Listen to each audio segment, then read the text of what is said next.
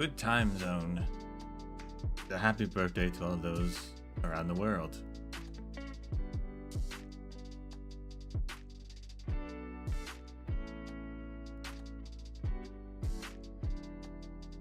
Back with day 2 for when elegies are ashes.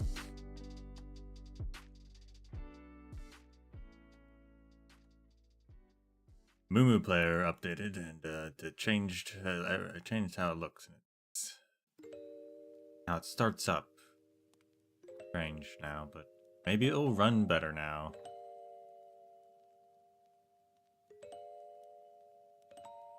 Maybe I won't crash so much. That'd be swell. We can only hope.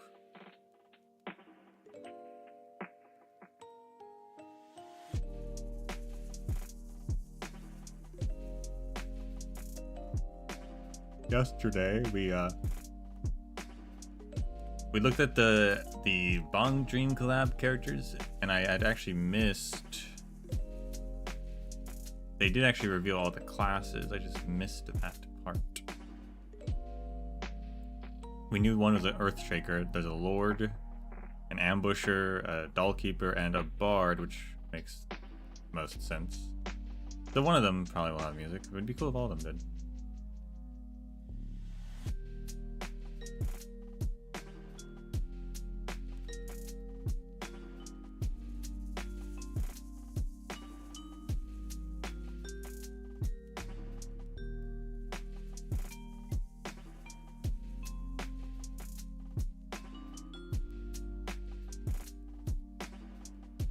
Quite the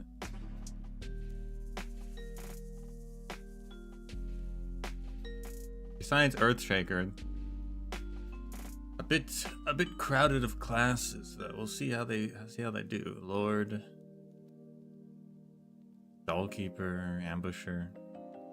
I guess Ambusher's not too crowded.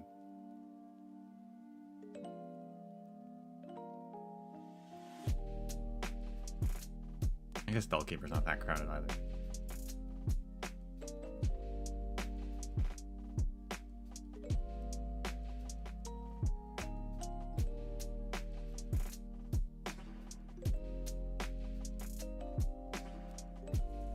Let's get into this. Wabam.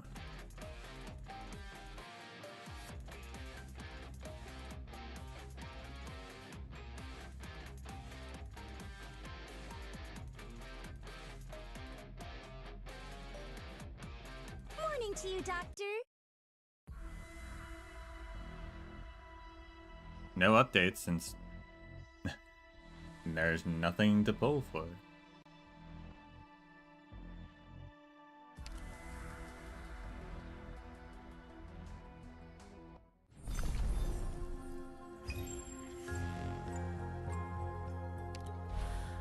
So what happened last time?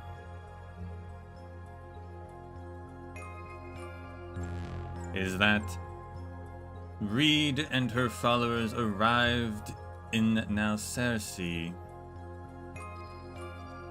the ancient capital of the Tarans, which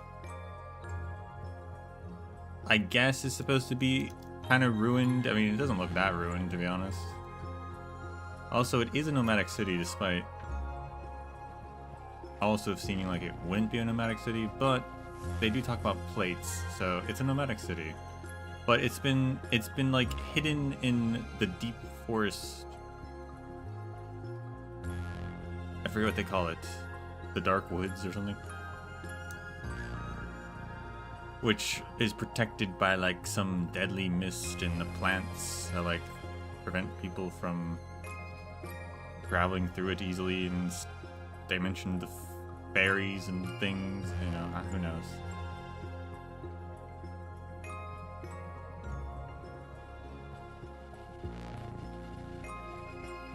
But Reed and her followers arrive in Nalcerci.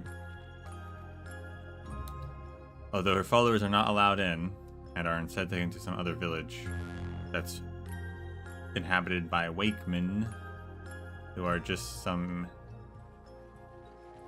old group of people who are like very traditional, very deep-rooted, I guess, Taurans.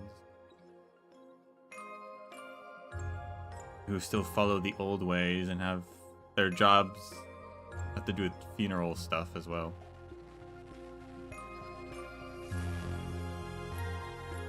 But Reed is taken into the city, but she's not allowed to say she's a red dragon just yet.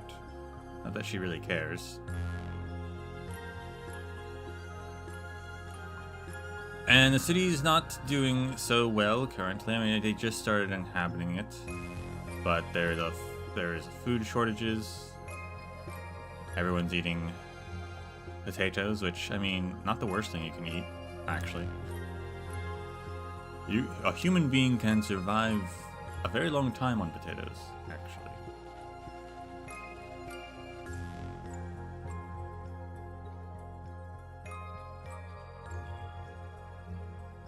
But everyone's kind of preparing for Samhain, some harvest festival.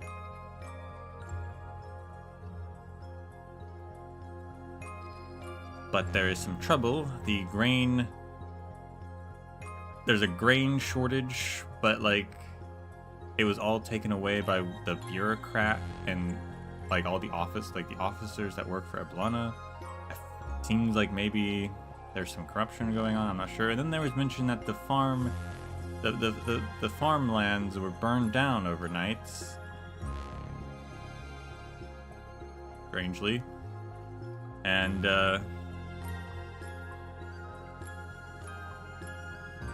now they're blaming Victorian spies.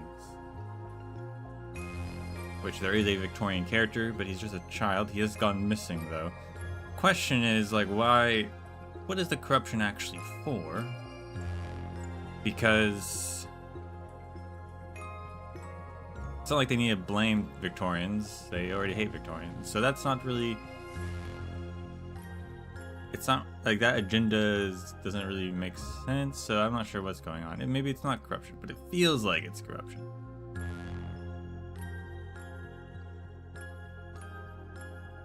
Feels like it's part of some plan. I don't know.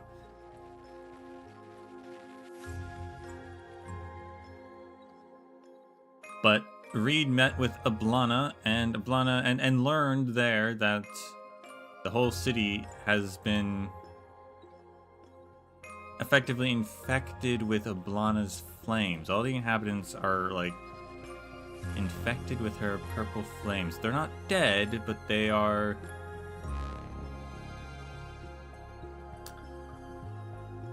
being, they're being infected with them. I'm not quite sure what that means, but it's not a great thing. And Eblana was even like, hey, if you want to fix it, you should just kill me and take over instead. Reed can remove the flames, but doing so disturbed the person? Like, strange.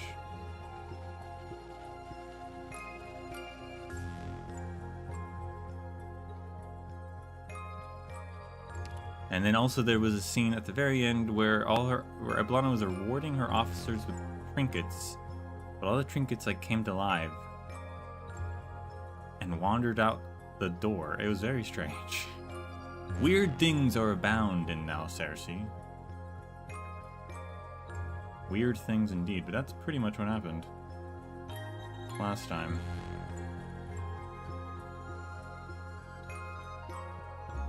Quite a lot, I suppose, if you think about it. Suspicion and impulse. I want to make up for the past and to return home. Other than that, I ask for nothing more.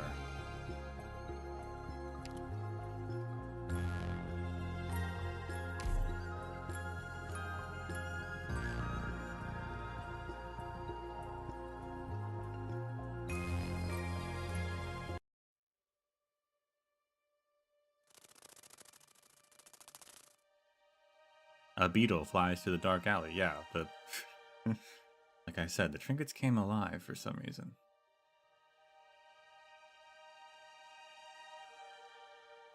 It flaps its wings furiously,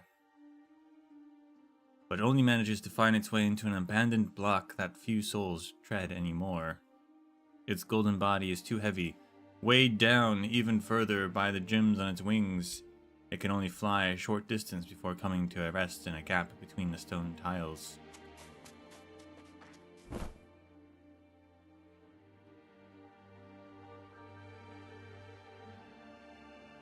Found you. I got it. I got it.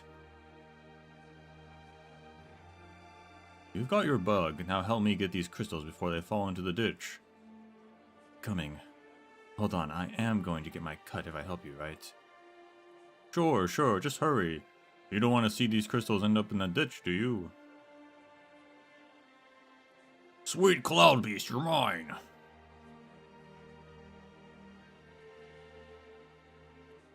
Ombudsman? I don't remember the Ombudsman sounds like. I feel like all these guys are about to die or something. I don't know what's going on.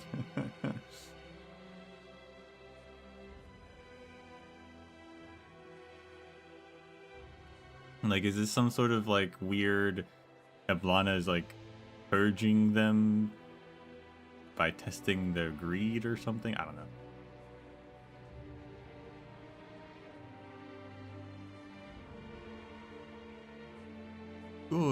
Good. All the gems on the sword are there.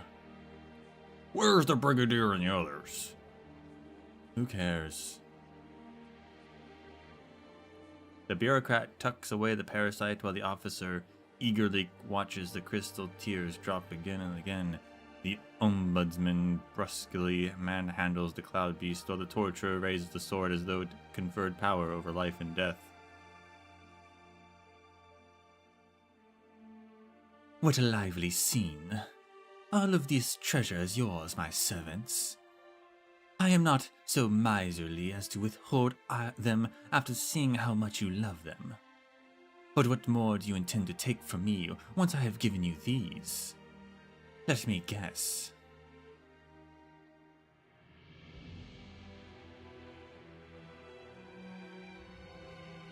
A path appears at the dead end of the alley, and even more shining baubles rush towards it. There is no time to bother with what is already in their hands. They scramble for the treasure on the ground, stuffing it into their pockets, carrying it on their backs, and rushing towards the next shiny piece before even standing back up from the last one. Yeah, okay, this is definitely like a test thing, right? None of them care where the path leads. Going to Dos Soleils tomorrow. It's high time I treated myself to something nice. Squeeze these country bumpkins in Nassaria a little more. Don't forget my share. Can't wait for the townsfolk to send me some Victorian spies. My. After far more than just wealth, are we?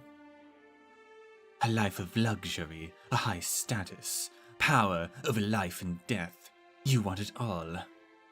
I have nothing against being true to your desires, and what you desire are things that I will not miss. Unfortunately, you happen to be my servants, yet you seem far greedier than I. So goodbye, go to where you belong. The treasures pave a shiny path where none existed, sending the madmen out of the lair and out onto the land, towards whence the darkness came, gaping mouth of the dark woods.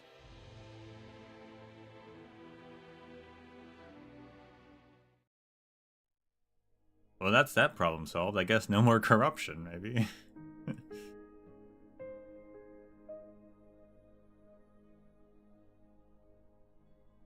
How did she get the trinkets to come alive, though?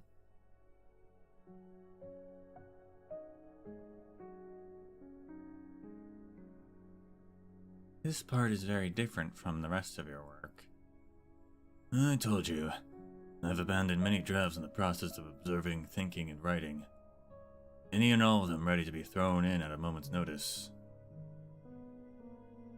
Do you really think I'd be sitting here, drinking this swill if I could tell this story as a consistent, unified narrative? You're the one insisting it gets a proper ending, not me. True. But if I must regard this passage of your own personal embellishment, should I also consider the rejection of Bridget by the Misc to be a creative liberty as well? No more more than the exiled king you forced into the story. Then what about the rest of the story you're about to tell? Should it be seen as the observation or as a creation? It's up for you to decide. You want me to tell it or not? Of course, go on.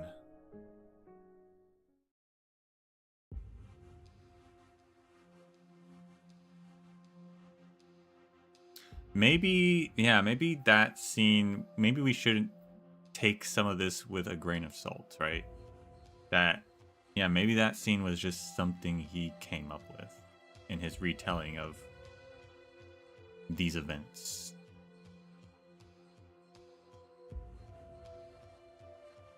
Yeah, it's interesting. I haven't put much thought into the fact that we are being told this event through two narrators.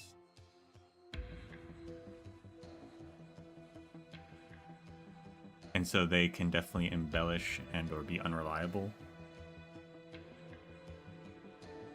But I guess they should probably keep that in mind.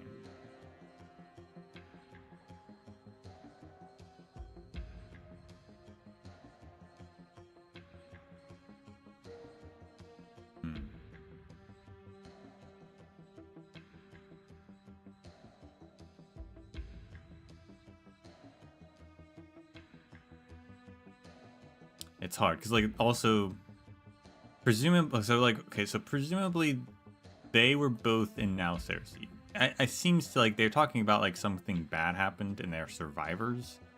So I don't know if something bad happened. At first I thought maybe they meant like Londinium, but since they're telling this story, maybe something happens in Now Cersei. Obviously they're not here to, like, okay, we have a perspective here of Bridget and Reed, but like that guy isn't here, obviously. So like, how is he telling that story in a sense? The mysterious woman. Now I feel like the mysterious woman is either Reed or Oblana. I'm leaning more towards Reed, but I'm not 100% sure.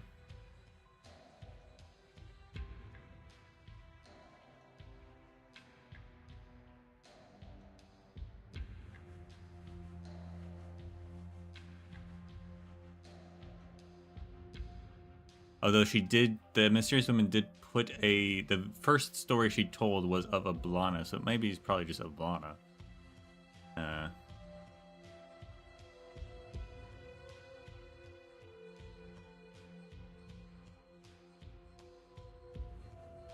Yeah, no, it probably is probably more Oblana actually.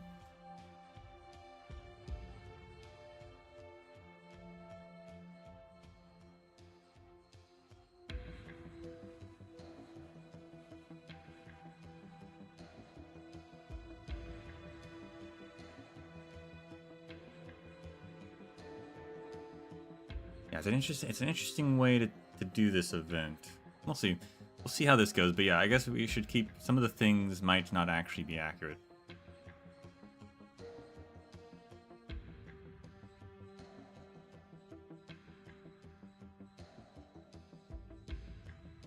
So what was wrong with Emma? Just a cold, on top of mild malnutrition. She didn't look so bad on the outskirts of the dark woods. A sickness of the spirit, most likely. Iron for the statue needed to be collected from door to door. People won't even turn on their lamps to save fuel, never mind food. What could she possibly be shipping out? She runs a grain store. Maybe. But only a grain store. She couldn't have done this on her own. There must be somebody behind her. We also still need to ask about Theo. There's no time to wait for her to come to on her own.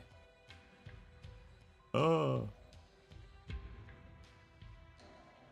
Can you hear me, Emma? Yes.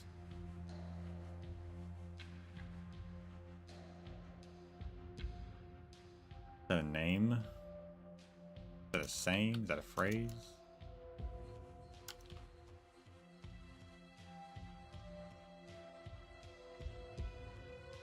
I think it's a name. No, take me with you. Take me with you.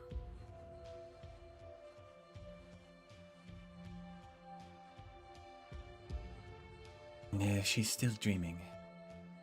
Niels, is that somebody's name? Yeah.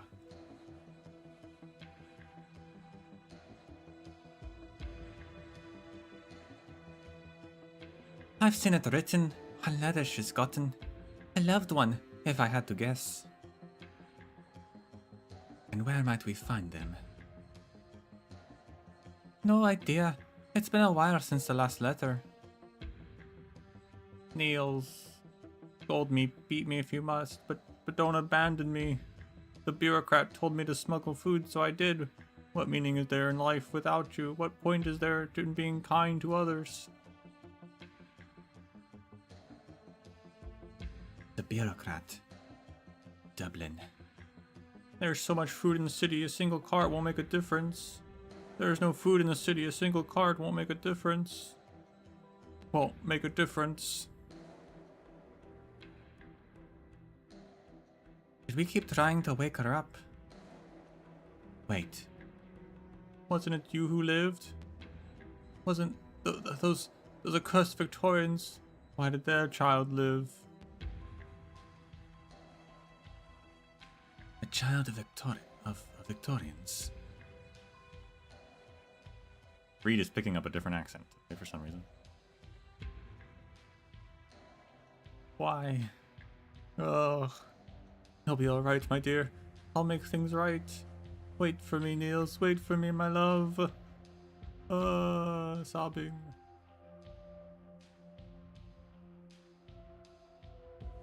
I can't see you, my love. I can't see you. My gosh, she talks a lot in her sleep like this. Why?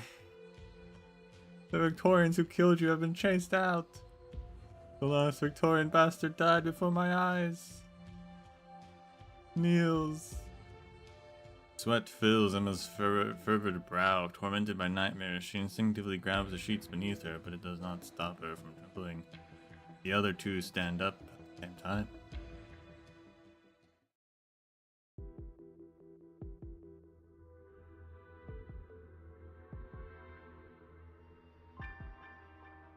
It's already past curfew. Will we really be able to move freely?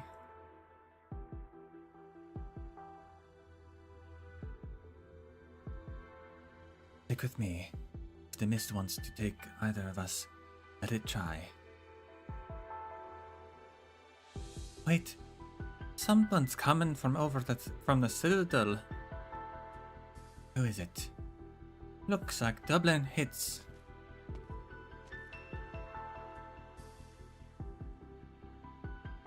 Brigadier.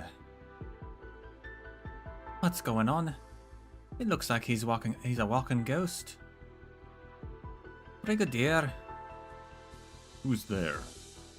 Lotiony. Go back now. Back to... What happened? No.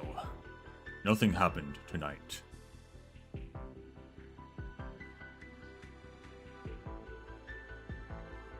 We have a lead on the food shortage, sir. The owner in this grain store was instructed by the bureaucrat to smuggle food out of Narcelsi. We may be able to get it back if we're quick. The bureaucrat? I should have known. But it's too late. Everything's too late. Why? Do you know where the food went? Not the food. Me. Us.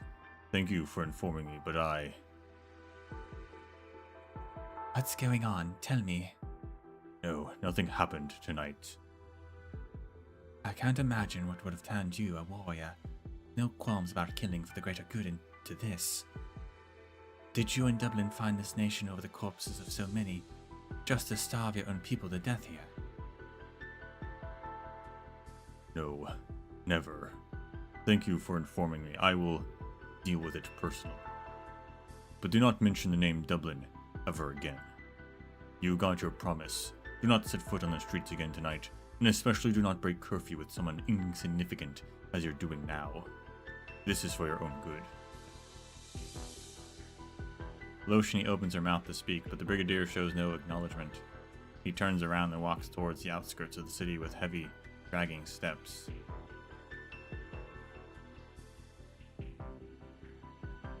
Did Ablomina just like destroy all of Dublin?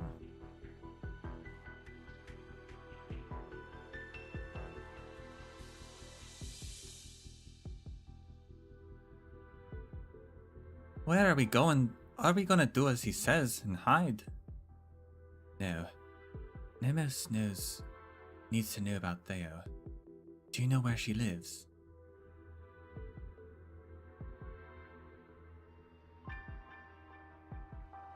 It's a bit far. Practically on the other side of Narration. Then that's where we're going.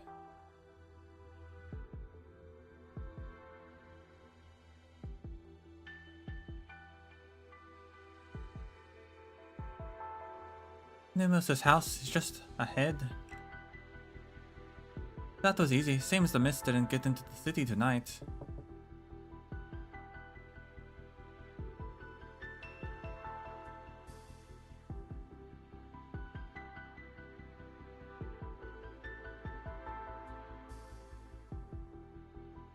Nemos, are you home?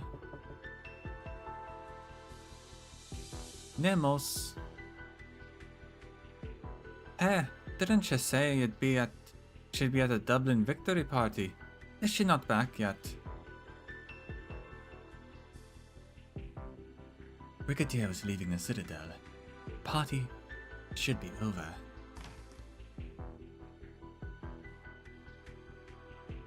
Miss Loshiny. Rigid. Loshiny is about to speak when her gaze meets Nemos's. Her eyes are even blanker than the Brigadier's were.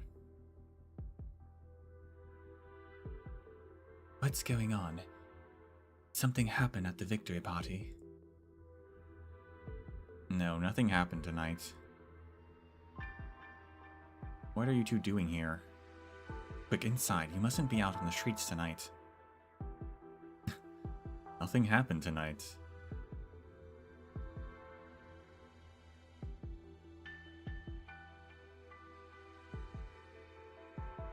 As Nemos hurries Loshiny and Brigid inside, the Brigadier passes beyond the boundaries of Narration.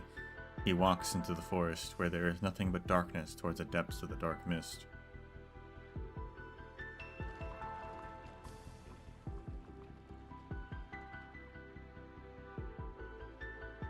Then, the food carts that had been smuggled out of Narration slowly emerge from it. They will return to Naration's agricultural plate before dawn.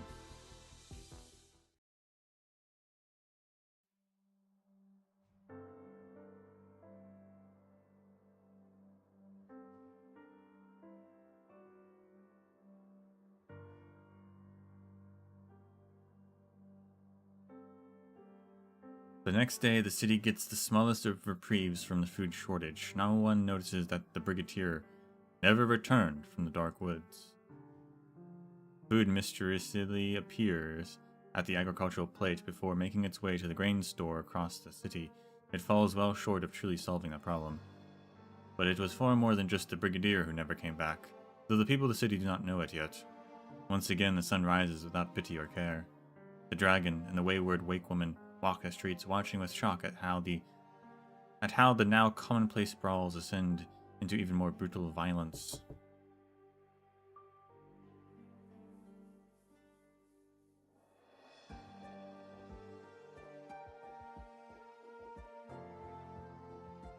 The nomad knocks on the blacksmith's door. He brings woeful news.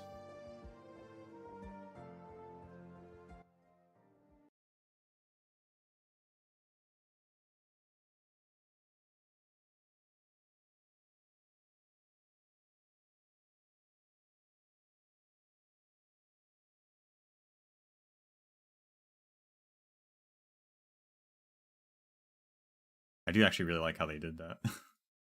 Like, seeing these two people and they're just like, nothing happened tonight. Reap Don't not worry about it. what's sown by malice.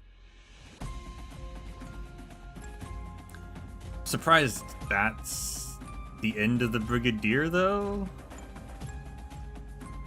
Can your eyes keep up? Burning Vine. Attacks deal damage and arts and burn damage. Attacks continuously increase before its attack. And the first attack deals heavy arts damage and burn damage to the surrounding units.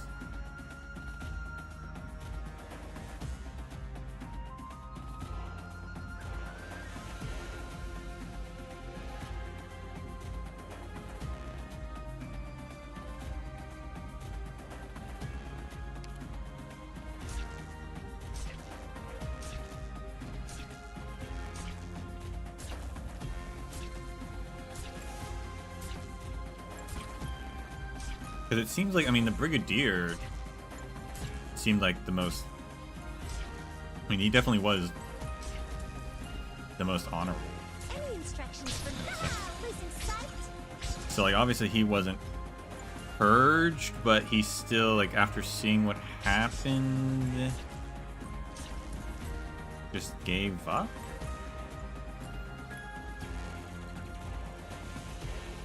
Please, trust in me.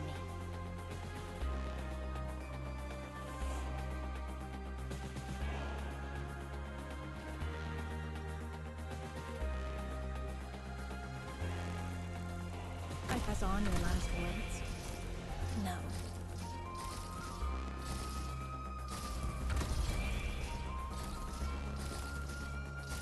Oh gosh. Archnight charging. Range guys over there, huh? Need speed to succeed.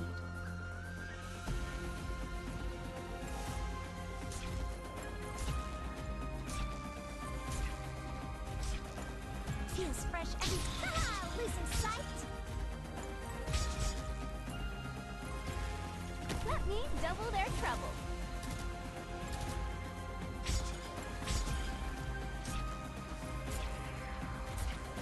Bad luck. You ran into me. Moving to designated location. Divine judgment!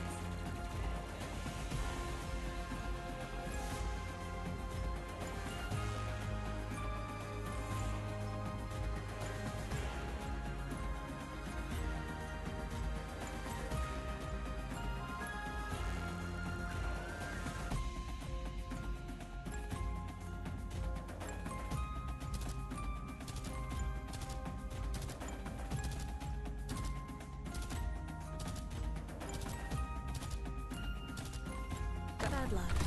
You ran into me.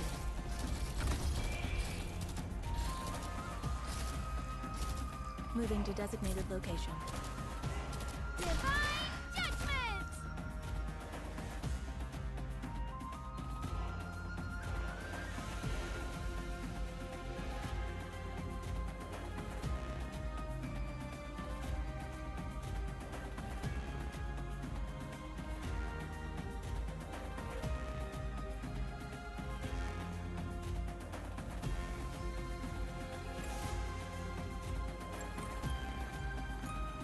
Bad luck. You ran into me. Mission accomplished.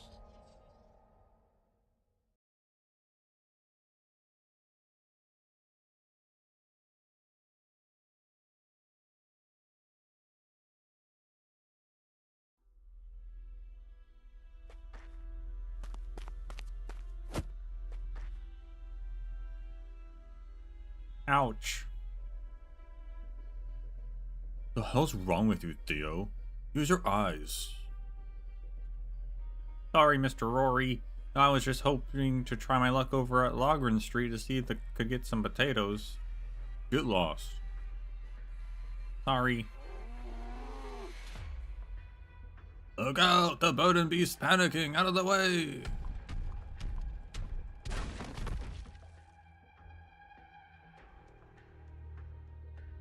Stupid coachman, you nearly ran me over. Get back here.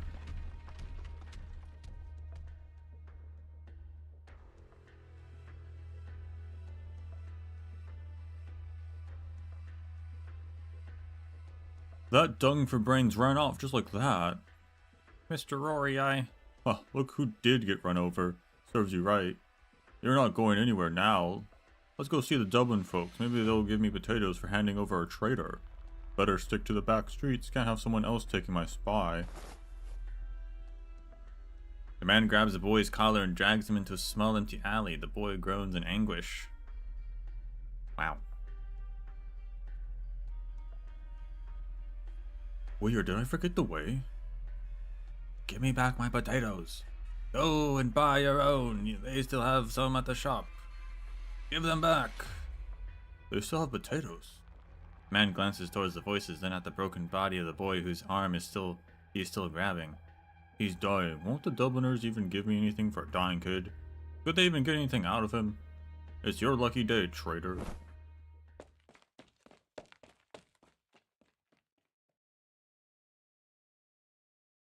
The man shakes off the boy's hand, which had been grabbing his sleeve, and walks off briskly towards the voices.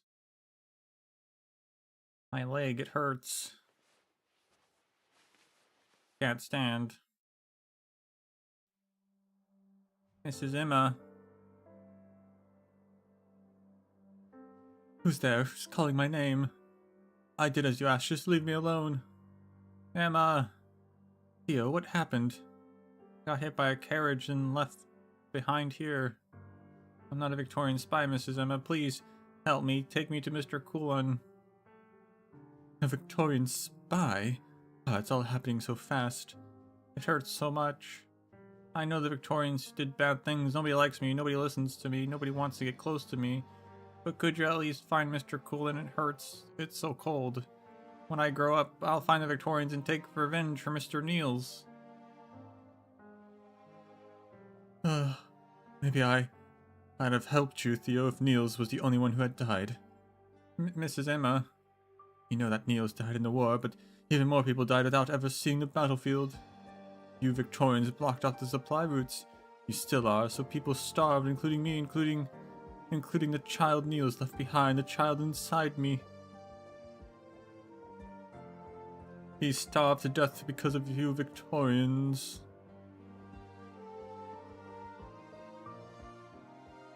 Find someone else to get Coulon for you. They're all good people, unlike me. Very good people.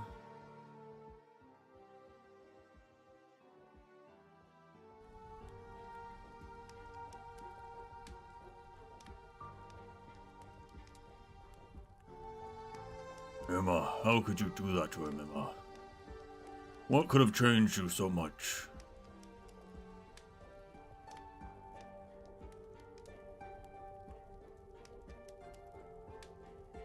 I'm not offending her, Bikulan, but she wasn't the only one there that day. No, she wasn't. Sorry, shouldn't have said that. No, you're absolutely right. You wanted to take Theo with you, didn't you? What did you see? He was being bullied. And I'm not talking squabbles between kids by adults. I intervened the first time I saw it. I thought it wouldn't happen again. But it did a lot. I had a bad feeling that he wouldn't belong here, so that there was no place for him in Cersei, but I never thought.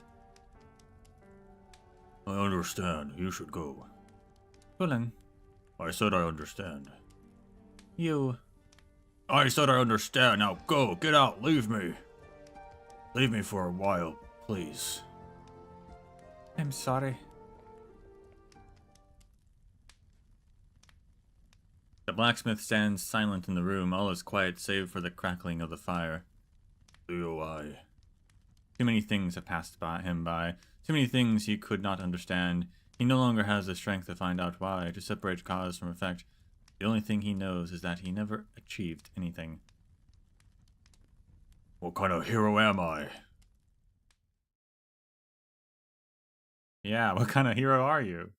The blacksmith looks around him. There is no one else in the smithy save the empty eye sockets of the dragon statue now glaring at him accusingly. What kind of hero are you? What kind of hero am I? What kind of hero would leave a child to the mercy of abuse and ill will? What kind of hero would allow food to be smuggled out of the city under his very nose until there's nothing left, all while doing nothing more than handing out a few shriveled potatoes to his neighbors? What kind of hero would shut himself in his smithy while the city descends into bedlam? All to satisfy his own pathetic vanity by etching his name onto a pedestal. No. It's not out of vanity. All I wanted was to use the title hero to bring happiness to your countrymen who lost everything in the war, as you told Nemos. Like now. Like now. The weak you swore to protect are dead and gone. The justice you swore to uphold has fallen into darkness. The people you swore to bring happiness to, Emma and Rory, are they even your people anymore? Or are they the dead living in the past? The dead living in the past? Your heart still dreams of the future, vain as it is, but them, they are the walking dead stuck in the past. Who is it you are calling your countrymen? The wretch who spends his days brandishing an antique sword he salvaged from the flames? The smuggler who let an innocent child die because she miscarried her own? Townsfolk who no longer know anything but hate in the face of change? Go on, go out and find someone, anyone. Ask them what their plan for the future is. What do you think the answer will be? The blacksmith's hammer falls to the ground with a crash. He glares at the dragon's head. No, no. It's you who's trapping them in the past. I collected the plates and bowls my people use day to day. Let the fuel they relied on for warmth and light just to feed you monster. I don't know about the food, but the metal and the fuel, it was me. I fed you those pots and pans. I put the people's livelihoods into your mouth with my own hands, all so that you could grow and grow. You've devoured everything in my life, then you devoured Theo himself. Theo, it is me. I nurtured the monster that took your life. Soon it will stand in the square of Salwyn, spread its wings and turn on everyone in the city into the dead, those who can only live in the past. You're right, monster, I'm no hero. I'm a fraud, a vain, pathetic fraud. Once I fooled others, now the only one I'm fooling is myself. But they need me. They need you. They need a hero to wake them up, to tell them what the war is over, that what really matters is what lies ahead, the future, tomorrow. And you think you're the one? I'm the one. The blacksmith walks away from the forge with resolute steps. He takes the thickest metal chain he can find and walks back to the dragon, its empty eyes still fixated upon him. Come with me. Where to? To the square. It's not Salwyn yet. I can't wait no more. I will not wait for your ominous prophecies to come true. Come with me. I will dismantle you and return our lives to the people. The dragon does not move. In the eyes of the blacksmith, however, he sees the dragon bow its head, perhaps mockingly, perhaps invitingly.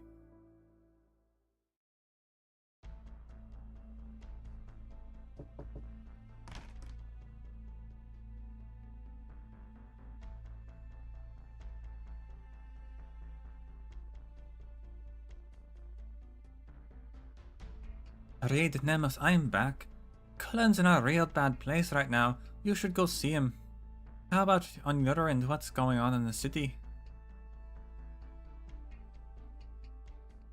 People are still looking for the spies, Victorian spies. Are they off their rockers? Modern or Victorian, we're all human. Why gonna keep fighting to the death like this when the war is already over? Tell them, Nemus, tell them that the Dublin made him go hungry and was punished by the Red Dragon. The food's now... Do not mention the word Dublin ever again, Bridget. The leader's orders. I only overheard whispers about the food at the victory party. No evidence, no trial. Don't even know how I got back. Besides, news about all those missing people hasn't spread at all. How am I supposed to explain it?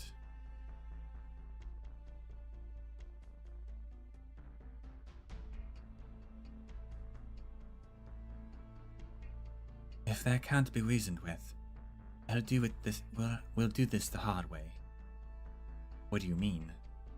When I came back, I told myself I would never be her shadow again. But if the true leader is refusing to show her face and take responsibility, then I must step up, only to calm the people. What about Kulan? Everyone knows him as a hero. Things would be much simpler if he's willing to help. He should be at his smithy. I'll lead the way. As for you, Bridget, you should leave the city as soon as possible. Why? Well, if we and Kulan both fail, the people will. I see. They don't much like me here. So I just got in the way, is that it? I'm sorry, Bridget. That's not what I meant, but it's true. Don't worry. I'll try my luck in the dark woods. 6 times the charm.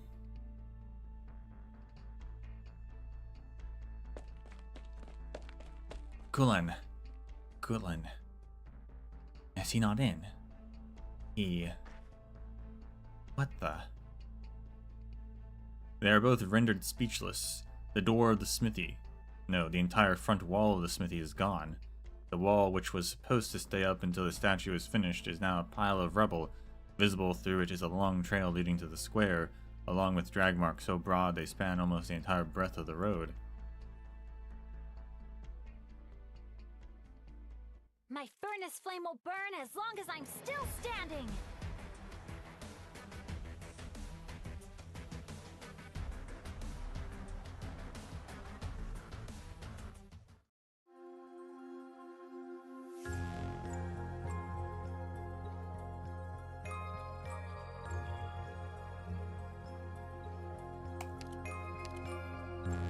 Well, this event is certainly going places. Did not expect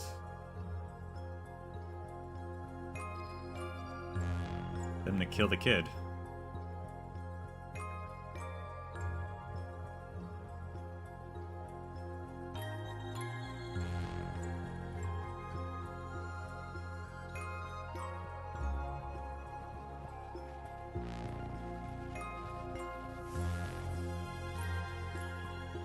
Guessing everyone will die. Yeah, I don't think things are looking good for now, Cersei.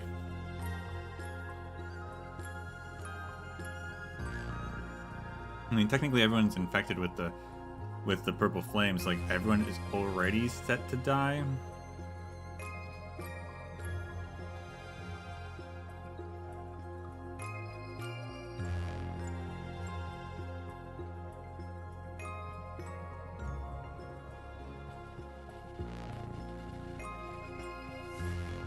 But this seems definitely very much a case of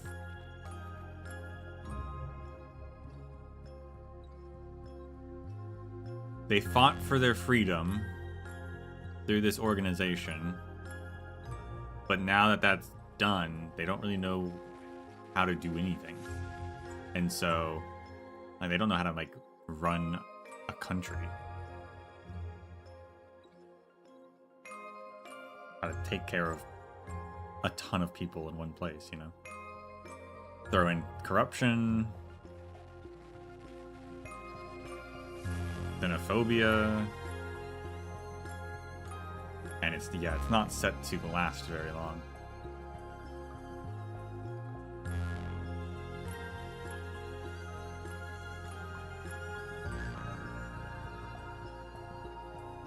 In a twist of fate, it probably, like, Reed's people will probably be fine because they weren't allowed into the city.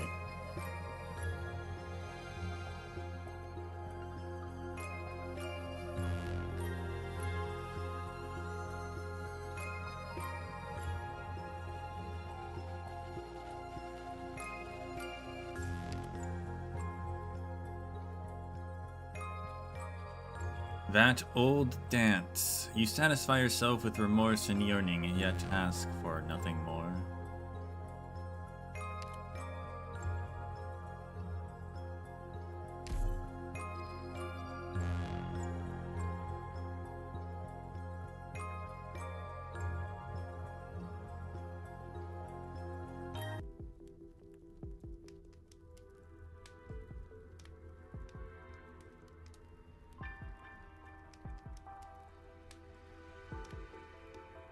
Hundreds, thousands of years ago, Natarin's ancestors did the same as their descendants do now, lighting bonfire after bonfire in the barrens between autumn and winter.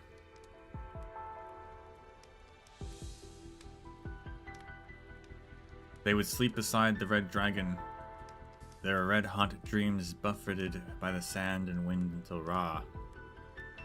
Even so, it was enough to keep everyone warm.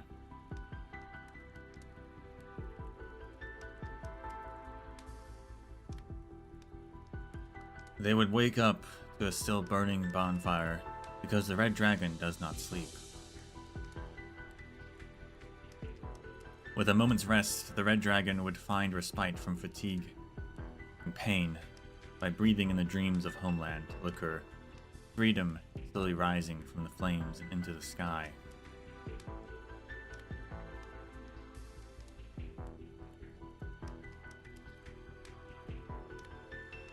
Today, Samhain approaches. People fuel the flames with wood torn from nearby ruins, and have entirely forgotten the ancient leisure time that seemed to last forever.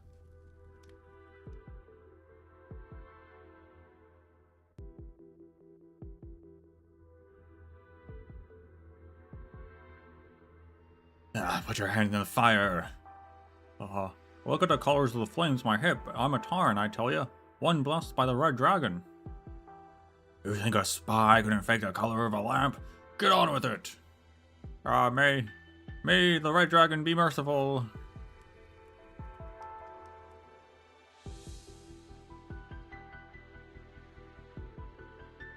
Oh, it doesn't even hurt too bad. Really? Look, you can barely make out the burn marks on my hand. You're not a Victorian spy, but do you know of anyone else who hasn't undergone the trial yet?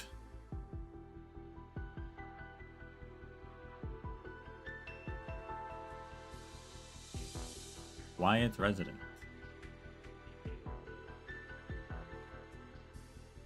Yes, you. How have you burned your hand over here yet? Say something, will ya? Enough fiddling with that broken knot of yours. Come with me. I'll take you there. Just put down the knot. You hit me. My knot, you dared. Fine, keep your bloody knot. Just come with me to see if you're not a Victorian spy.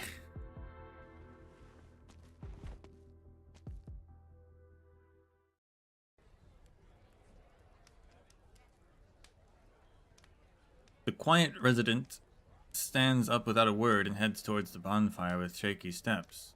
The square has already descended into complete chaos, though half of it stems from suspicion and hatred, not to mention frustration at having revealed no spies yet. The other half comes from the looks of despair and deathly silence. Until a faint sound of something dragged across the ground rumbles in the distance.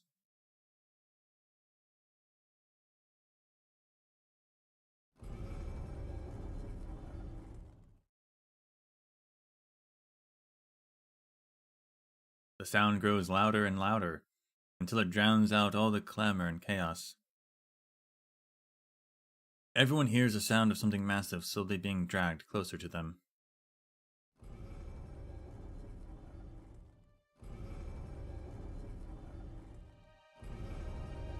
In a flash, every other sound fades, leaving only the shaking of steel and gears in its wake.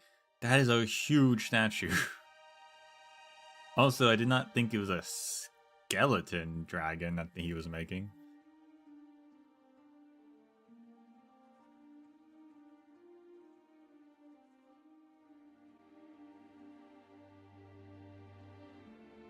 Hidden in the humid mist is the gigantic silhouette of an ice-cold statue.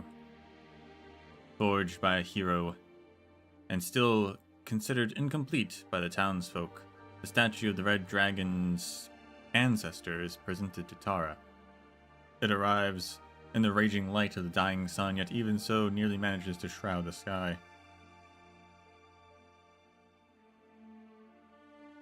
Well, the dragon statue came to life.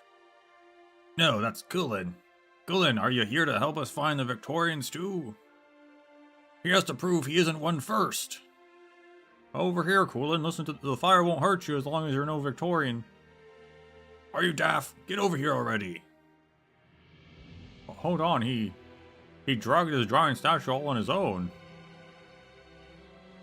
They finally notice the iron chains wrapped around his arm, 1, 2, 3 times around, and the statue's weight was resting on those wide yet mortal shoulders. Hero does not respond to his name, and continues forward. The statue grinds down on him till it draws blood. His flesh is nearly rent asunder. His bones cry out in sorrow, yet he presses on. The young hero walks ahead of the statue, unafraid of the disparity between his small stature and the gigantic structure.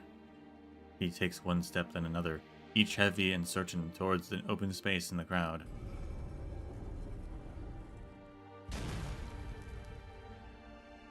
He parks the statue in the square's empty center and struggles to turn around before facing everyone before him. The steel skeleton bears an icy elegance, wings frozen in motion carving for flight, or craving for flight, in place as if it were meant to be there since the beginning. Stop, my brothers and sisters, before we kill any more of our own. For a moment, no one dares to respond. Hate and doubt both remain, as well as the pain that keeps everyone from advancing towards them like an army of walking corpses. The man before them is a hero. He protected Cersei. He dragged both blessing and curse all the way here, and the statue behind him laces his every word with an awe-inspiring weight. Kill our own, who? You are burning you are burning hands with fire now, but what if your spy isn't found?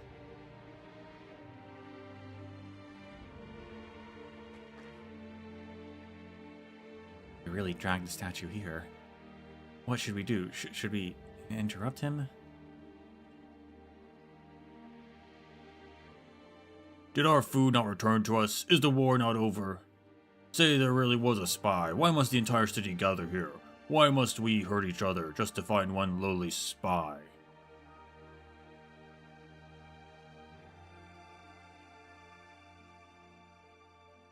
Let him finish. I'll say it again, the war is over. When it had just ended, my thoughts were simple. I'd wait for a smith better than myself to arrive, then learn a thing or two from them so I could repair what I had made myself. But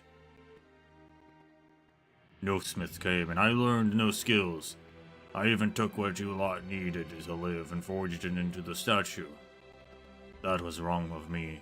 Now Cersei is short of everything. Even an empty bowl is better put to catching rainwater than being cast into a shiny statue that does nothing but grow. And the food, I was so worried yesterday, I was so afraid that famine would put us past the point of no return. Maybe it was the Red Dragon's mercy, or maybe one of the ag plates had a good harvest, but the fact is, our food is back. And as long as we're alive, we can make it through this, am I wrong? But Theo is no longer alive. Do you still feel pity for that Victorian bastard? Yes, I am. When I heard of his death, I began to hate everyone in the city, myself included. You know better than any one of us that the Victorians have done. I know what with the last of their strength they leaned over and begged me to take him away. I hate you all. I even feel like taking revenge on any of you who sat back and watched him die. But revenge needs a reason, doesn't it? What's our revenge for, then? To rob us, just like they robbed us back then. And how do you suppose now Cersei could manage to take in a single grain from the Victorians when we've already melted our axes into the statue? We have to let those bastards feel the pain we went through. Yeah, just like how I went to make you lot feel what it's like to die alone in an alley. Our brothers, our sisters died so we could live. Why must we now throw our lives away just to make others suffer? Do you want us to love them then? To love those who stole our crops and killed our kin? No, of course not. No one needs to love their enemy. All I want is for you to love the living until you love yourselves. But I don't even need you to do that. I just have one question for you all. Tomorrow, once Samhain is over, once the shadow of war finally leaves us, what will you do?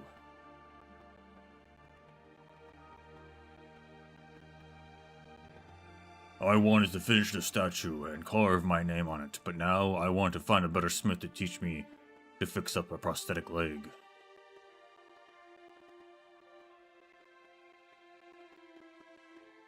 I don't know what's up with that fancy speech all of a sudden, Kulan, but I don't care what happens tomorrow, or about the war. I just want the Victorians dead. So if you're speaking for them, then I want you dead too. Fine. Kulan swings the sledgehammer he used to forge the statue towards the dragon's head. However, he exhausts himself both in making and moving it, so with the movement's hesitation, the hammer does not come crashing down. The crowd even assumes it is to be some sort of ritual, and for a moment does not react to his plan. Only when they realize Kulan intends to destroy the statue do even the most dreary of the living dead collectively howl and dash in his direction, surrounding him. Don't be foolish, Kalan. Nemesis' cries drowned out by the crowd's yells, but Kulan's voice remains clear for all to hear. Loshini thinks of rushing over to him, but the angry crowd blocks her path. She bites her lip and tries to open a path through the sea of people, with both her flames and voice, shouting to attract their attention. Unfortunately, they act as if they've already lost their senses. Maybe they truly have, who can say.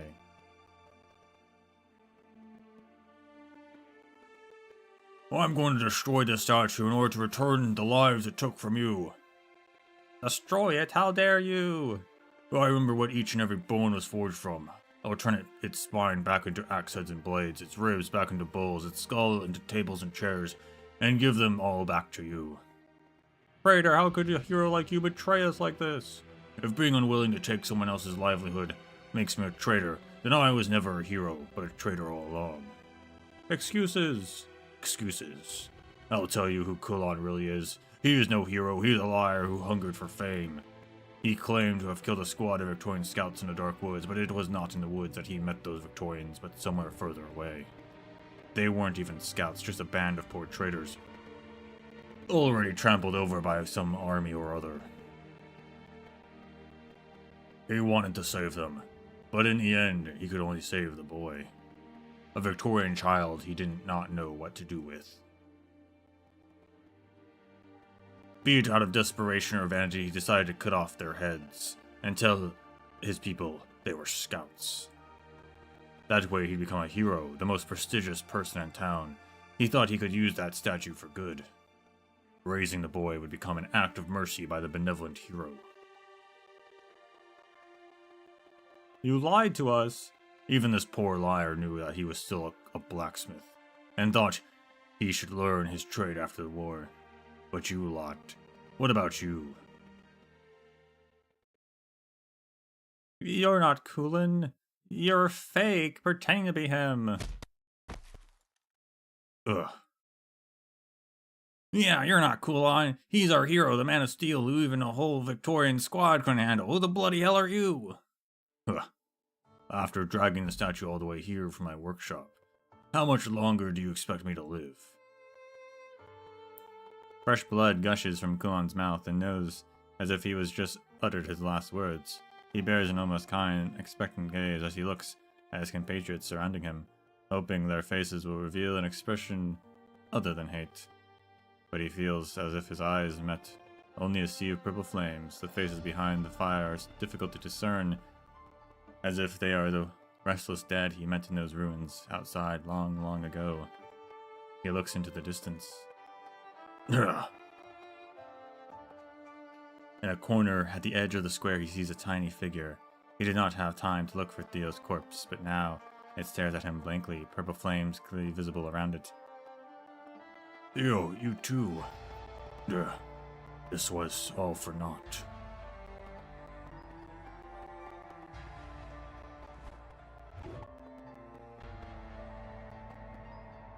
Kulan stumbles to his feet and picks up his hammer to swing. The crowd stares at him with dread, fearing that the hammer will fall on their heads, but they do not back down. Kulan uses the last of his strength, and with the utmost ferocity he strikes the dragon's head, as if sounding a death knell.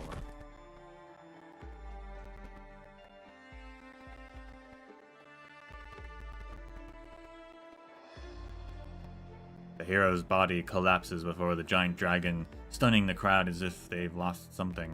Loshini's voice finally spreads as her fire burns like a sunset set aflame. But if she fails to attract any attention.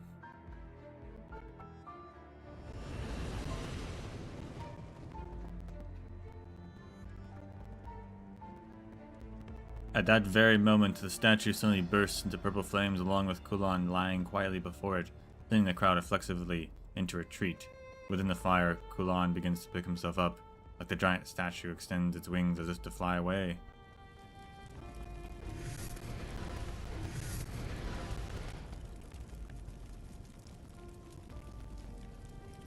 When Kulan gets fully to his feet, the dragon statue flaps its huge wings, lift off, and lands on the empty pedestal in the center of the square prepared just for it.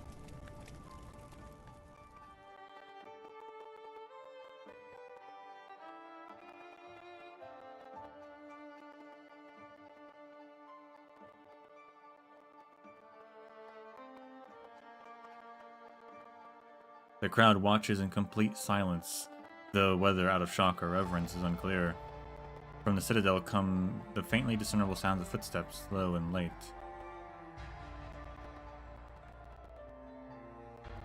Truly a shame that I missed the only hero left in this city. Well then, people of Narcersi, your hero has sacrificed his life for this statue.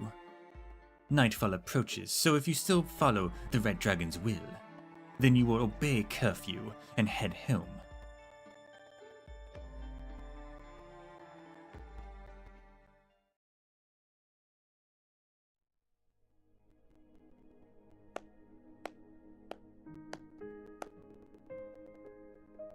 Milan uses the last of his strength, and with utmost ferocity he strikes the dragon's head as if sounding a death knell. You're quite the fan of Kulan, I see. A tragic ending, but your embellishments made it beautiful. You flatter me. I only ever met the blacksmith a few times. He was the first victim of the city's chaos, if you don't count Theo. Actually, I'm rather curious about something. The Dubliners who walked into the darkness, did they also bear the purple flames you mentioned? I'm sorry, I couldn't say. Based on your story so far, I do not believe they would have. Corruption, smuggling, abuse of authority, they had many plans for the future. If you've thought about it that much, you could probably come up with your own ending by now. But that was not the only incident to occur in the city. You said so yourself, he was but the first victim. Though if you insist on ending it here...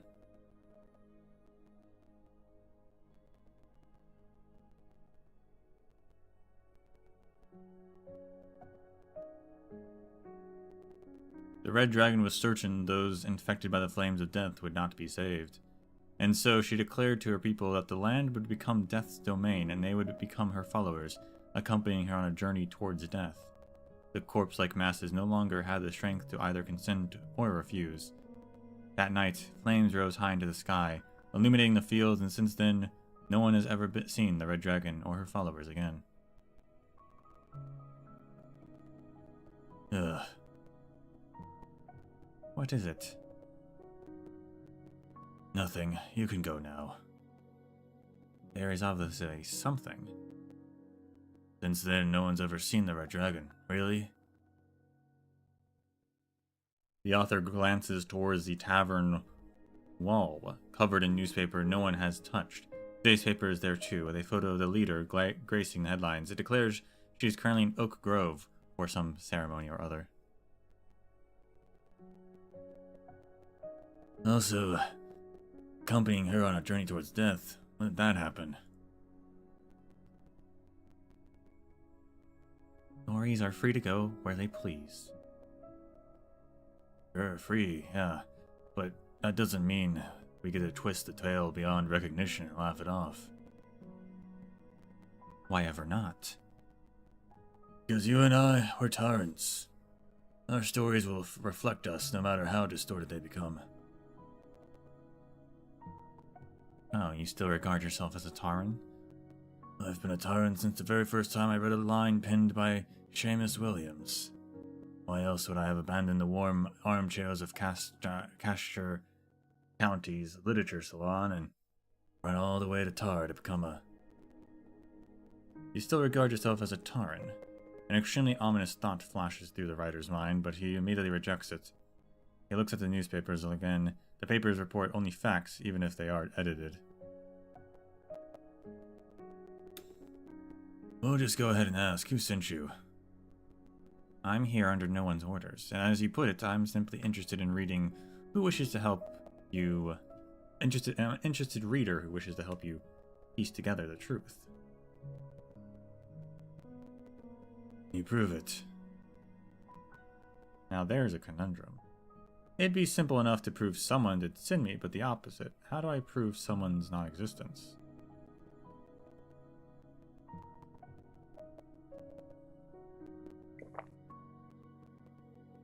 The author takes another gulp of beer, despondently gripping his head. He knows it is too late to run.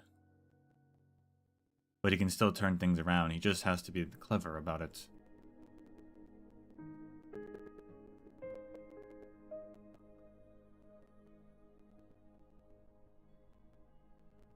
I mulled it over, and you're right. It's just a story. I suppose I was a tad nervous. Apologies.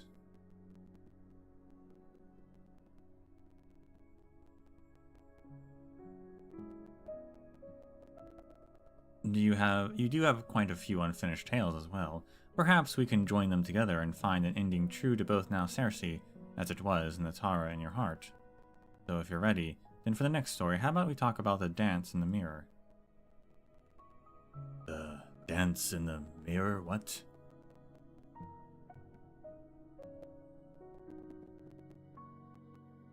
This was this was not a matter of cleverness. As long as he is prudent and lets the shadow of the story cast by firelight rise and warp, he will definitely be fine.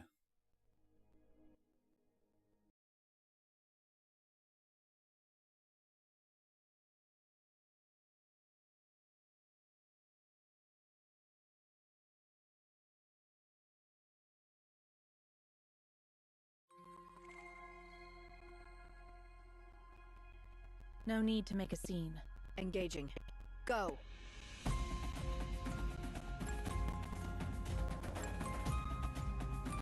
So, yeah, so specifically, the people who are infected with the flames are those who see no future for themselves. So they are effectively dead, even if they're still alive.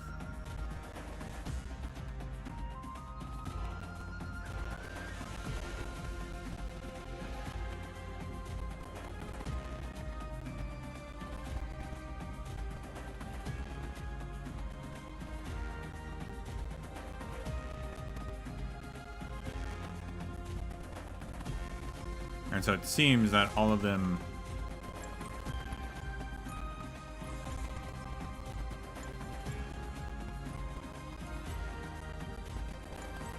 went away, although then he said, did she really, like, no one's seen her, are you sure? So that's interesting. But also, he has a newspaper clipping of Ablana, so he knows what Ablana looks like. Unless the paper just said the leader, though. Maybe that was actually a paper about Reed.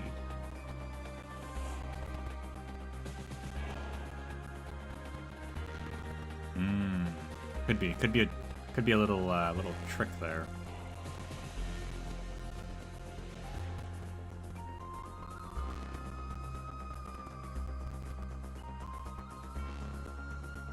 In these weird woods, sometimes you'll find an empty shell left by some kind of fae.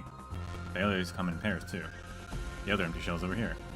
When an operator is deployed on one, the twin will copy their range, but face the opposite direction. It copies attacks will also deal burn damage. Make sure you use them when you find them. You'll see. Is that you?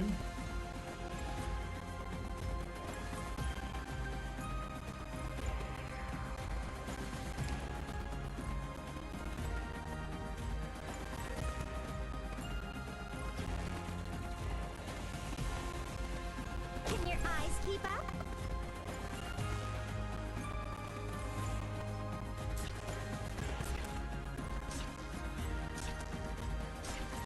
Feels fresh and feels sad to lose your target, doesn't it?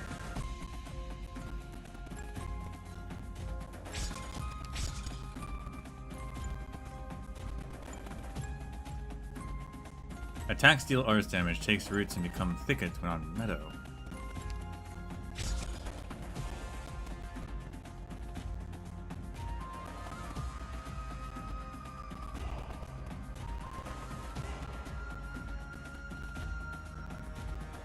That means double their trouble. It can attack range. Oh my gosh. Arch unit charging. Oh. It becomes those. That's... see. Oh, those are metal. Okay.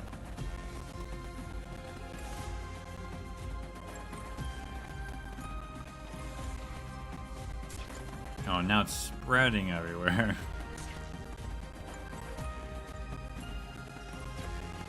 Don't worry, my poison is not contagious. Are you hallucinating?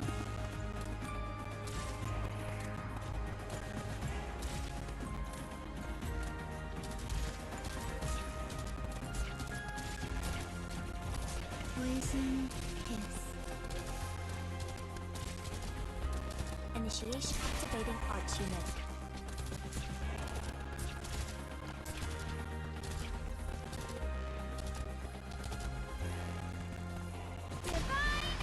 Clearly I should have faced her upwards, because she's killing them. I thought they were gonna get through and the one on the left would shoot them and finish it off, but Lexi is doing it by herself. My toxins will slowly burn your life away.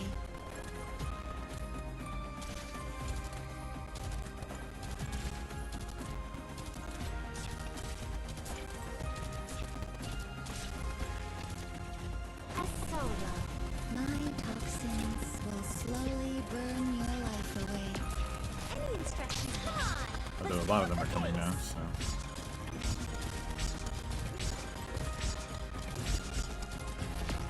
Now the meadows just do arts damage even if there's not pickets involved. I see, okay. I see. Please, trust in me.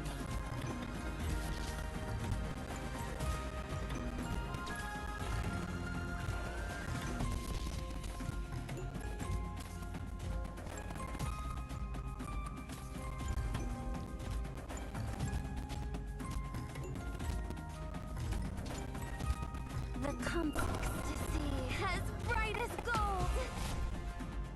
Pass on your last words? No. It's another seed brand, but it is there is some important differences.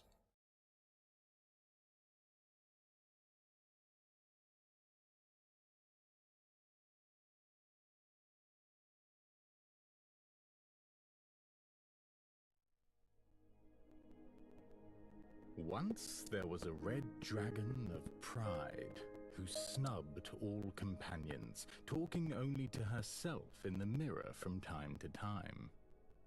Once at Samhain, she was to host a grand banquet, and her mirrored self was to help. But the two could not appear together before the guests, or the reflection would perish. The reflection had no choice but to obey the dragon's will. She went and fetched the wakeman for the banquet. The wakeman rejected their invitation and told the reflection to desert. Still, the reflection returned to the lair on her own, only to find the banquet had already begun. The reflection hurried to hide in darkness beyond the bonfire. As the banquet went on, the guests somehow began to vanish, one by one. And the red dragon found and dragged her mirrored self out of the darkness, forcing the reflection to dance with her. The two kept dancing, so relentlessly that the reflection could not feel her toes. She asked for a little rest, but the red dragon was never satisfied.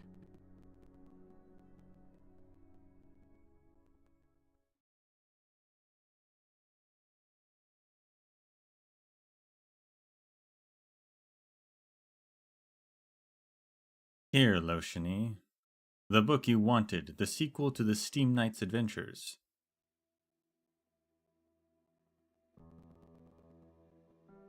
Why, you ask?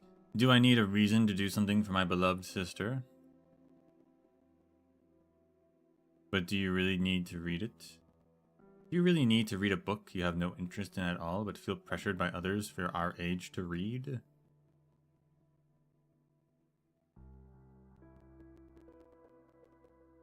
Steam Adventures sounds fun, actually.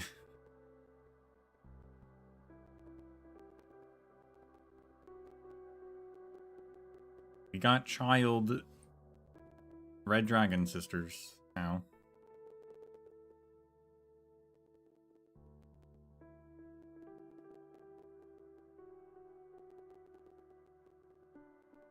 I do want to read it. Didn't your father tell you? Didn't you tell father you didn't want anyone asking you why a Victorian wouldn't enjoy reading stories about the Steam Knights?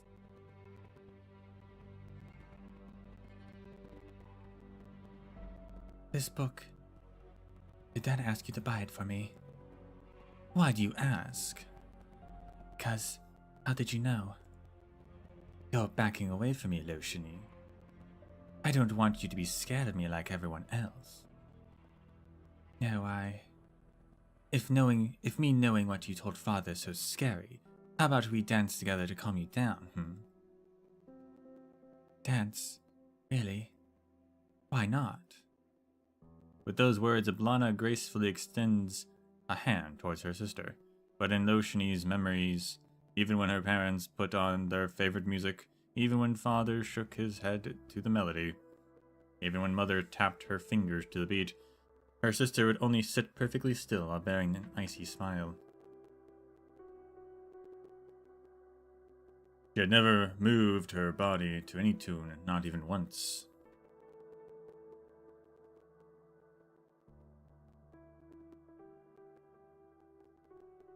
Once you can keep up with me, you will no longer have to worry about any book, request, or even friends our age. Why is she crying? The unopened night novel falls to the ground, and the pleasant new book smell is now drowned by muddy water. She was still young then. She never imagined that achieving her desires could feel so heavy and bitter. She only remembers stumbling, turning away, ignoring what was reaching out to her. A soft and cold hand. So they've always had a very weird relationship, huh? Loshini, the crowd is gone. You no longer need to hide your identity. Do you still think of them as alive, even now?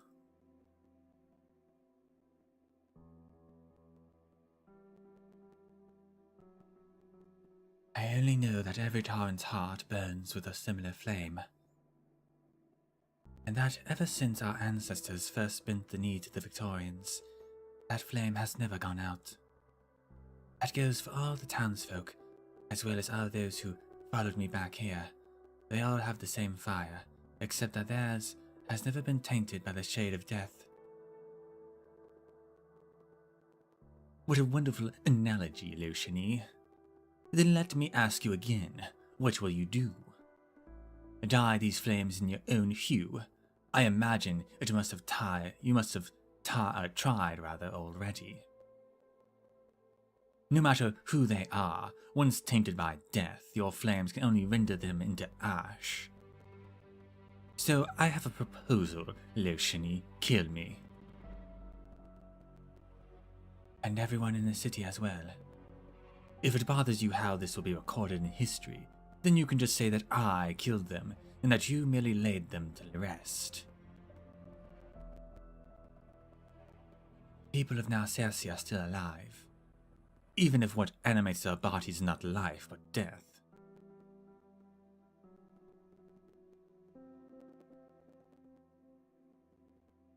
If they were truly devoid of even the faintest spark of life, they would have long since become one of those hollow, shambling corpses you have wandering about. Oh, they will, eventually. No, they won't. I'd rather see the purple flames in them as a plague, one instigated by you. And you plan to find a cure for it? That's right. I want to cure you of it as well, Ablana. How wonderful. Wonderful. Yes, that's absolutely wonderful. Did you not notice? You aren't trying to run from me anymore. You're trying to cure me of all things.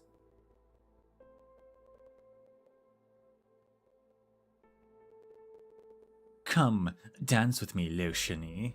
The same dance I've always invited you to, the one you ran away from.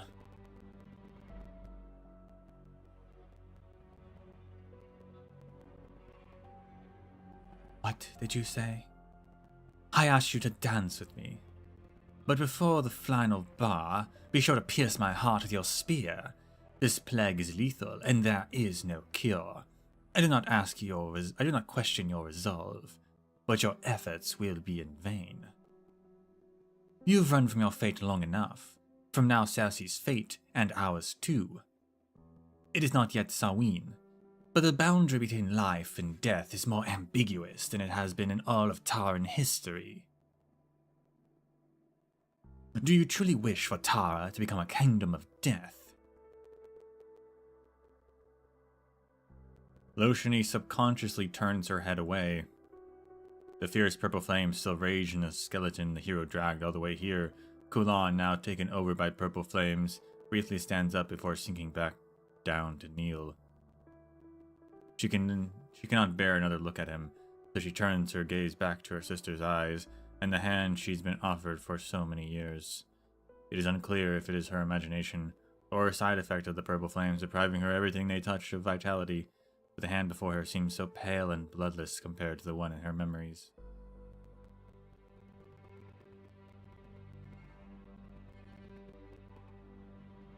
We speak of the city and the lives of countless people, Lablana.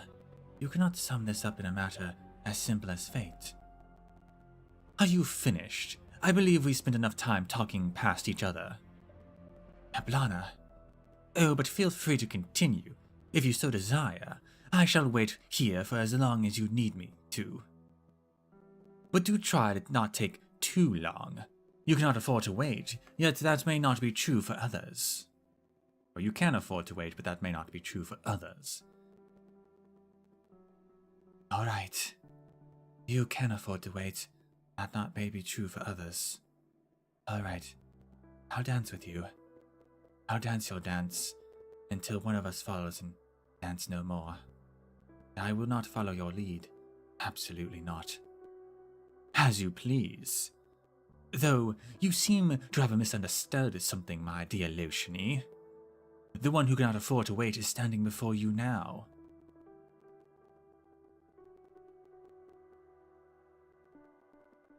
Can't afford to wait. Loshini scrutinizes her sister's face as she suddenly realizes something entirely unrelated to their conversation. The offered hand is indeed pale, and it is not just her imagination. Purple flames seem to weave together into an omnipresent cloak, giving Ablana her beautiful yet terrifying appearance. Yet they also fail to conceal the malady which seems to consume her beneath her pale, white skin.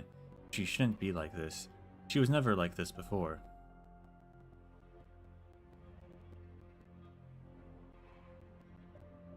Ablana, are you...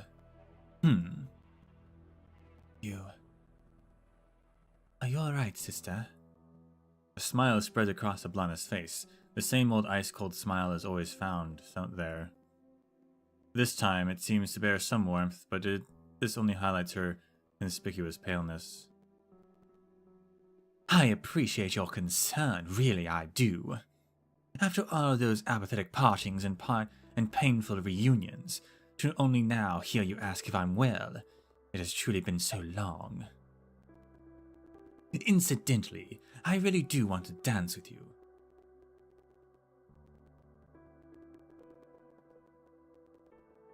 I will, once I find a way to heal you. Very well, then I shall await you here. Ablana strides towards the citadel, her footsteps so faint that they seem almost frail.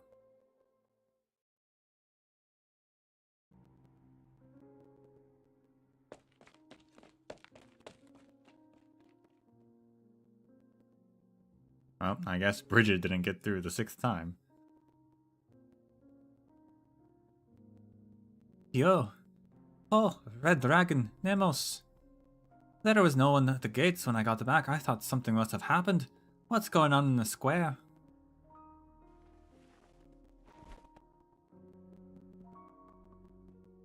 Red Dragon, what's that? Loshini is holding a small box in her arms. The dim light seems to make it harder than usual to see.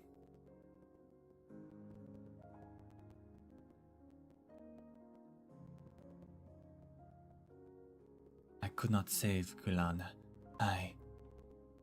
This was the only way for him to rest in peace, so he'd no longer have to suffer from the flames in the square. The nomad is silent for a moment until she finds a stone on the ground. She hurls it with all her strength towards the citadel, but the darkness of the night swallows it up, and it fails to even make a sound. It's already past curfew. Nemos, Rigid, let's just... No. Nemos reaches out to the wooden box as if trying to brush non-existent dust off the lid. She suddenly recalls being rejected by her own people a few days ago and the superfluous words she heard then.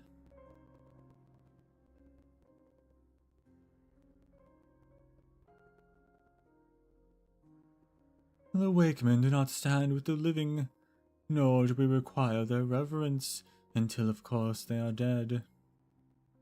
That is the tradition Dublin should be honoring.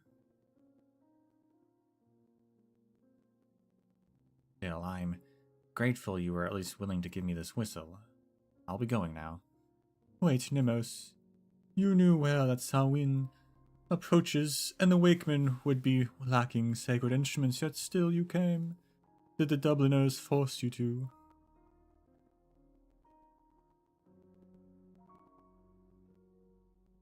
No, I came here on my own.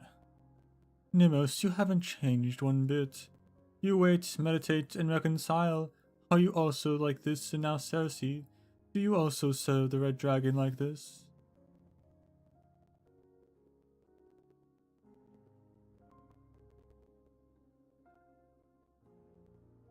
I just don't want to see a situation that could be improved deteriorate any further, or people who could have cooperated fighting each other.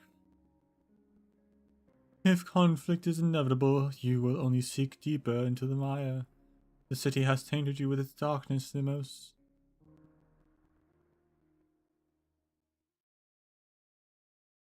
So the leader, Red Dragon, Lana will never give now Cersei true life. Is that right, Loshini?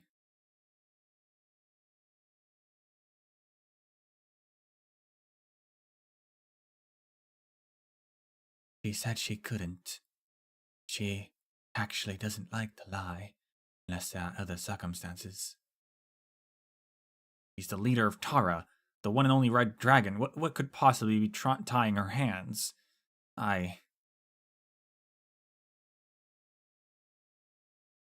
What's wrong, Nemos? You seem different. I get it. Finally get it, Your Highness Loshini. It seems that the fire can in fact infect the living. Nemos. People I once depended on turned out to be a swarm of selfish parasites. The leader I once believed in turned out to be an evil dragon who doesn't care if anyone else lives or dies. The people I once put my life on the line to protect became the reason my closest friend died. I can't even imagine what they would have done to him if that wicked dragon hadn't lit him up with her flames. Milan was right to ask what we would do once Samhain is over, what I should do. Other than revenge, there's nothing left for me either. Oh my goodness. As she uttered these words, Loshini sees a flame ignite within the final Nassarisian left untainted by the purple fire.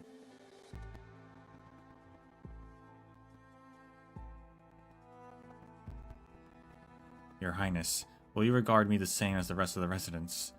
Servant of Ablana?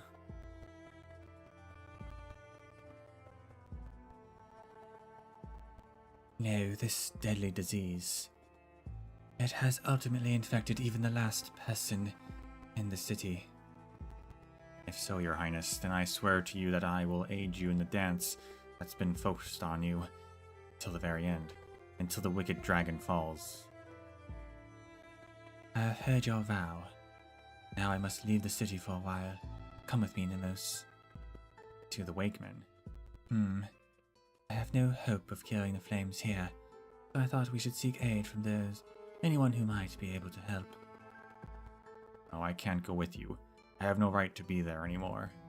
I'll stay in the city. As long as the Red Dragon doesn't realize what's going on and tear me apart, I'll try my best to keep the situation from deteriorating. Though I'd appreciate if you could turn this whistle in for me. And Kulan too. Please give him a proper funeral. A proper funeral requires eulogies and friends and family, so I'll write one. Would you read it for me there? Alright.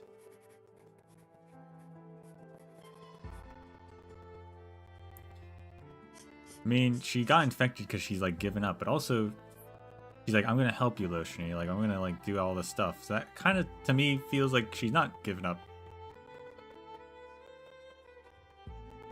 Like, even if it's a short term, she's living for the future in which she can help Loshini fix everything.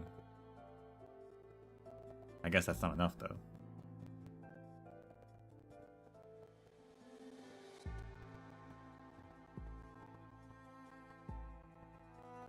Here, it's done.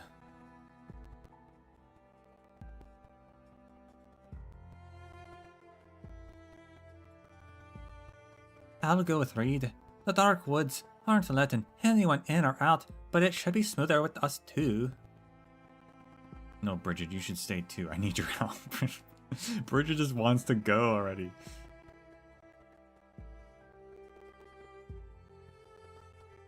Reed. I'll be fine by myself. That works, but Nemus, you're so different now. Yes, this is what vengeance does to a person.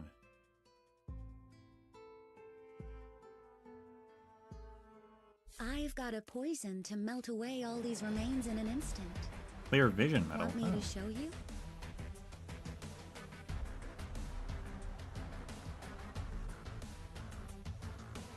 What was that for?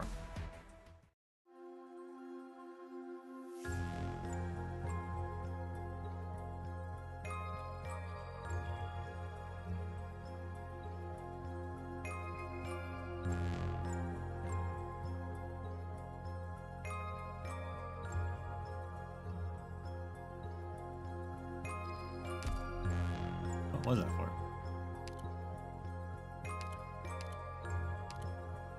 Clear with E4 with 3-star rating and allowing no more than 6 thickets to spawn. Ah. Fair enough.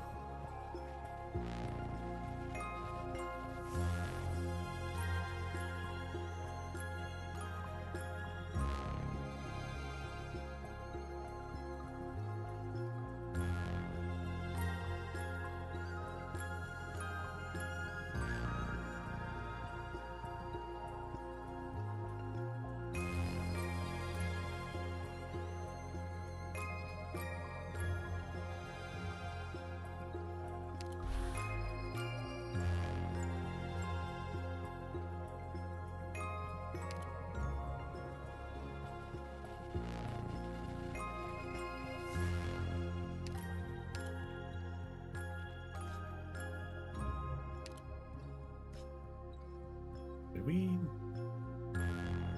start with 3 today? We must have.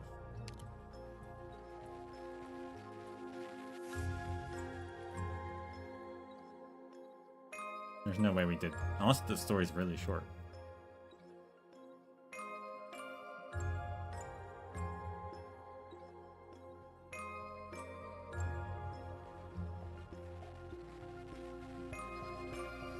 Drowned in fire. Please bring me to the other red dragon. Other than that, I ask for nothing more.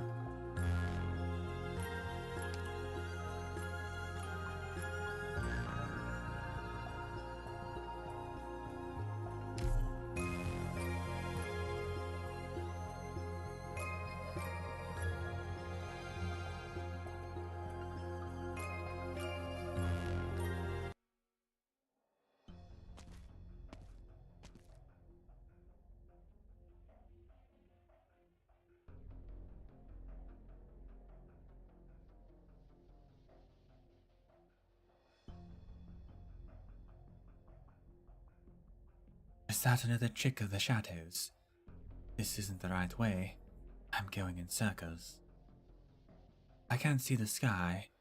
How long has it been? How far do I still have to go? Well, I'm in the dark woods at least. The mist and noise Bridget was talking about. didn't keep me out. I wonder, how did they get through it the first time?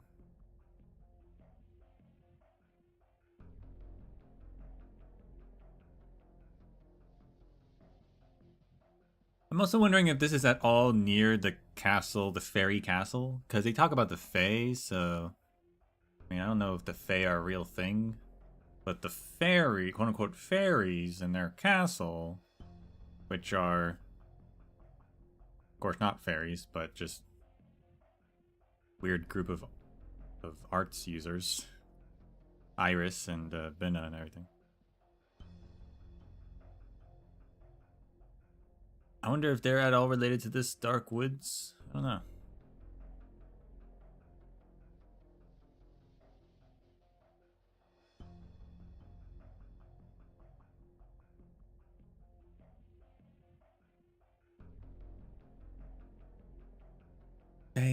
Tricky fae.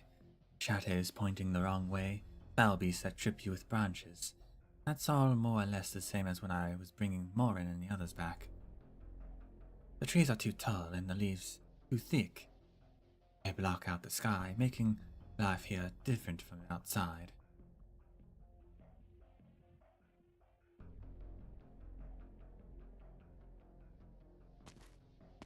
What would be causing this stuff?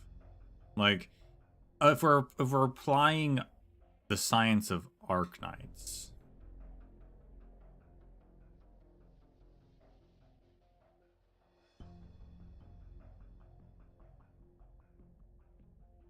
Is this like a Farenmut? Is there a Farenmut somewhere in this place or something?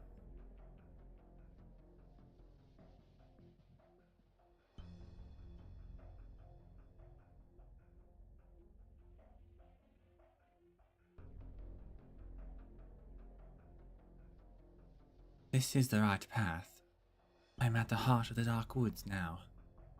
Scenery seems different from before. Where did the red and gold of autumn go? Why does it look like this? Black mist. Woods are rejecting me after all. Loshni grabs her weapon tightly. If Nimbus was right and Dublin never returned after leaving the city, then they were most likely swallowed by the mist. But it shows no sign of aggression, simply lingers. Does it reject me? No, it's closer to indifference or disappointment. Why? There is no answer, except for the rustling of leaves. Loshni shakes her head and cautiously goes around the mist. Choosing a path that looks like it has a light at the end, the mist remains indifferent to her passage. The fae that delight in leading travelers astray are nowhere to be seen.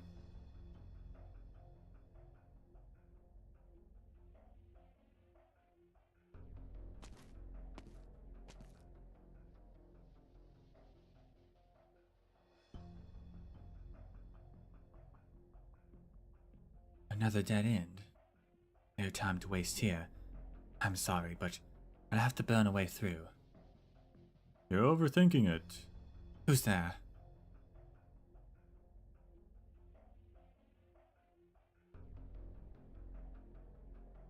Also, I guess this... but also, I guess, is this just a storytelling device, right? We gotta remember that part.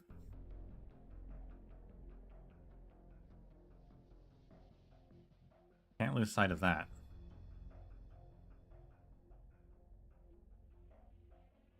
Is there no actual Dark Woods, really?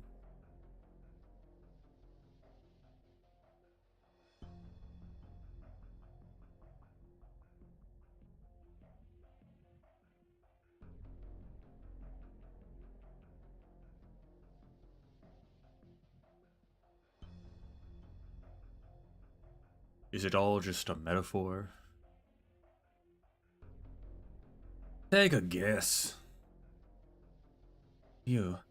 How could it be? You're that gentleman from the city. I wanted to ask you something, but you... Indeed. Hardly the most amicable of partings. Since then, I've been following and watching you for a while now. Consider it my way of reflecting on myself. I'll admit you aren't quite what I thought. But this is no time for small talk. Do not burn the trees. It should be enough to illuminate them with your fire. See for yourself what they really are. What they really are? Leaves are razor sharp, the brambles are hard, and the branches have a metallic gleam. What is this? That's not important. What's important is that your fire can't burn through it. Now follow me. Hurry before the black mist changes its mind. We can talk later, but if that thing is in a bad mood, there won't be anything left to bury when it's done with you. Isn't that a dead end? Why do you put so much faith in what you see? Just listen and move.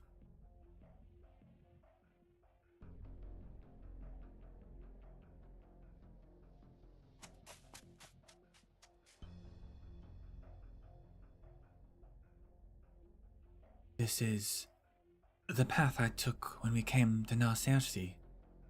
So this is where those trails lead. You don't mind me asking, why are you in the forest, Fae? Don't be ridiculous. I have nothing to do with them. The woods, though, centuries have passed, but it's hardly changed at all, other than the black mist. It ruins the view, really. I'll be out of the dark woods soon. How could you... This is really, What's happening? Look behind you.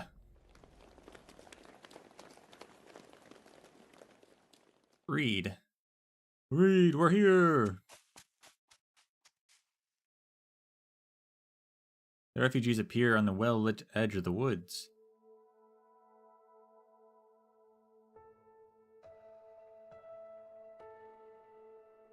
What happened in the city? It's like the black mist got angry the moment you entered it and cutting it off from the outside. It's been days since anyone went into the dark woods. Few people were hunting on the outskirts when they heard sounds from within and saw what looked like fire. Whenever something similar happened before, the Wakeman told us not to approach the woods. This time, though, we recognized your fire. We could hardly ignore it. You really shouldn't have come. It's dangerous here. Then you shouldn't have either, not on your own. We all learned our lesson about letting you go off alone after waiting for you in the marshes outside Londinium. We trust you, so please trust us back. Thank you. You're welcome. Let's go back to camp. Sir, would you...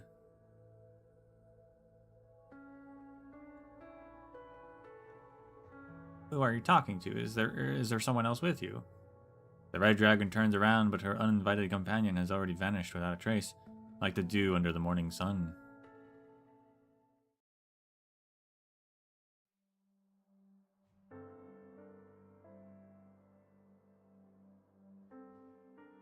Thank you for providing refuge for these people. Nemos entrusted them to us. We simply did our part. On behalf of the Wakemen, I promise that we will not reveal your existence to anyone unaware. And you have seen with your own eyes that your people are safe. Now it is time for you to leave. What do you mean? Is she not welcome here? Neither are your people, Morin. Whenever the two red dragons meet, in this conflict awaits. If you insist on involving yourselves in it, then we can no longer offer you sanctuary. How could you? This is how we have always been. The Wakemen neither start nor end conflicts. The disputes of the living are not our concern. We watch over only the souls of the departed. If you are truly the noble and compassionate leader Morin imagines you to be, you will not drag these innocents into a battle, Red Dragon.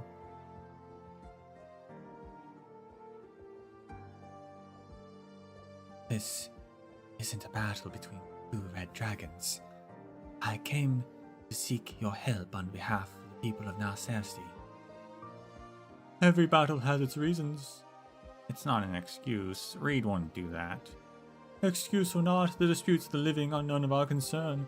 A hard-learned lesson whose bitter fruits we continue to taste to this day. Now leave. What if I'm here to ask you to hold a funeral? A funeral? In that case, the Wakemen will welcome you, but for that and only that.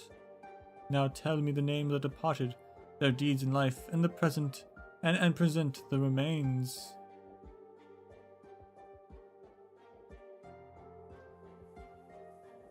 His name was Kulan. He was a blacksmith. Kulan? How did he die? Purple flames of death took both his life and his will. Not even my flames can help him now.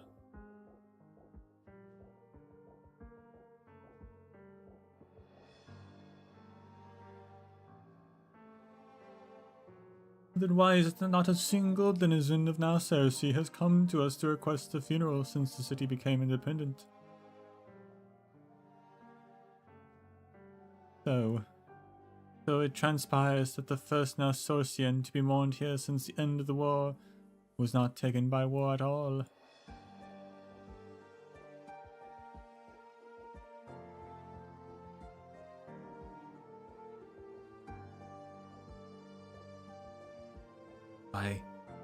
So I weave the straw into a ring like this? Yes, then adorn it with these flowers, and the wreath is complete. I remember when the farmers put up a wreath on your head, praying for a good harvest next year.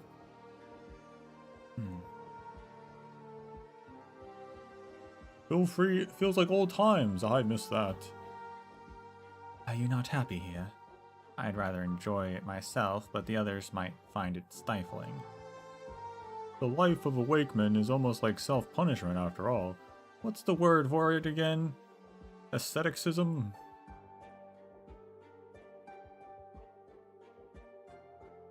No alcohol. No overeating. No fancy foods. Can't even laugh too loud.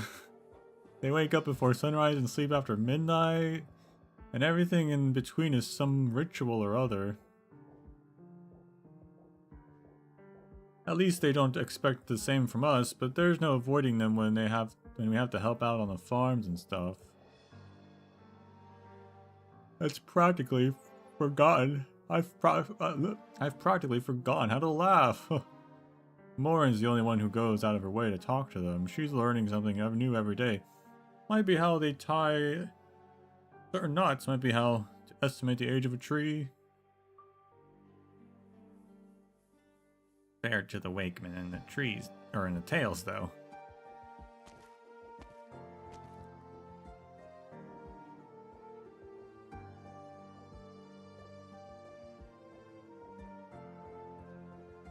Your Highness.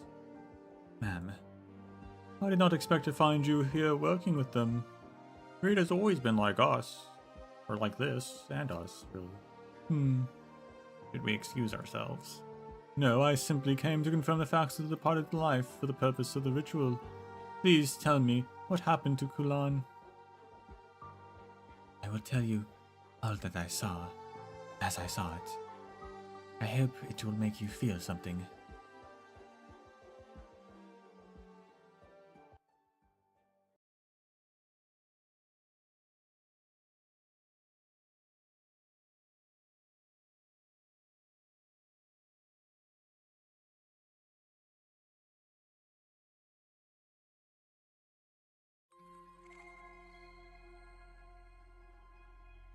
Reap not what's sown Free by shield malice. appears when your operators are deployed in the 4 adjacent tiles around.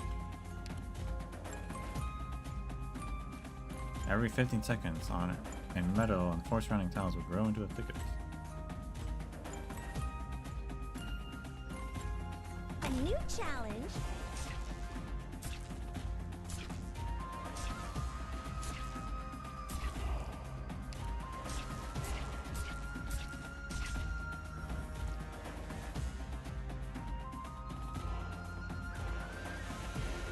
It blocks the whole row. It doesn't just block like the single tile. Okay.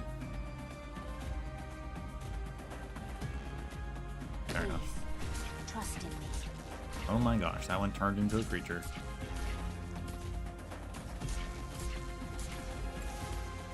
The instructions say that is your target, doesn't it? I listen. I wet last Reise Rosen. Schlichte Kleingeister. Dublin Flame Chase. Oh my gosh.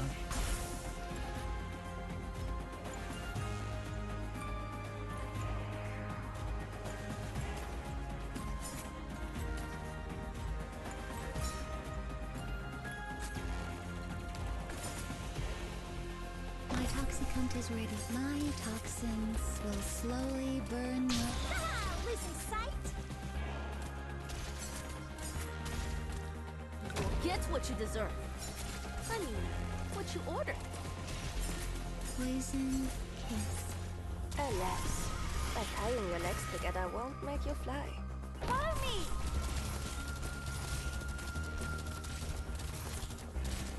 My toxins will slow... Rock and roll!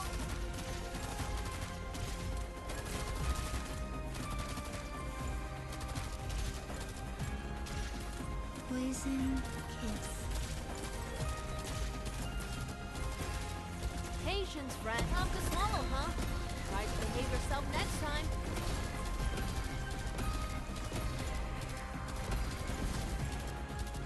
Divine judgment!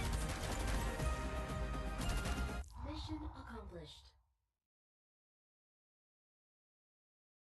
Got this is like a little bit of Nether Sea brand, a little bit of the wither things with the stems that summon guys.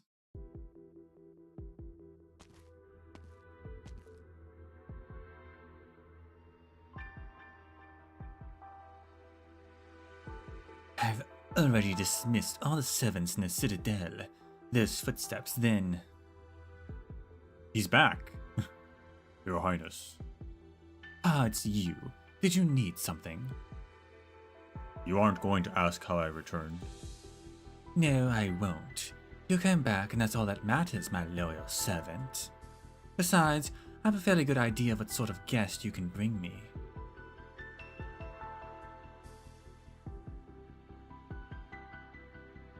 Has the curfew started? Just now. Then you could say that my orders have been followed.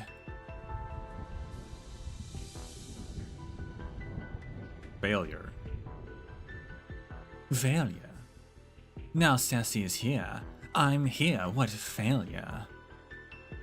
Escape. The deadline is some win. Surely the Black Mist remembers this, even if it's highly known for being a good listener. Unsurprising. Disappointing. Unacceptable.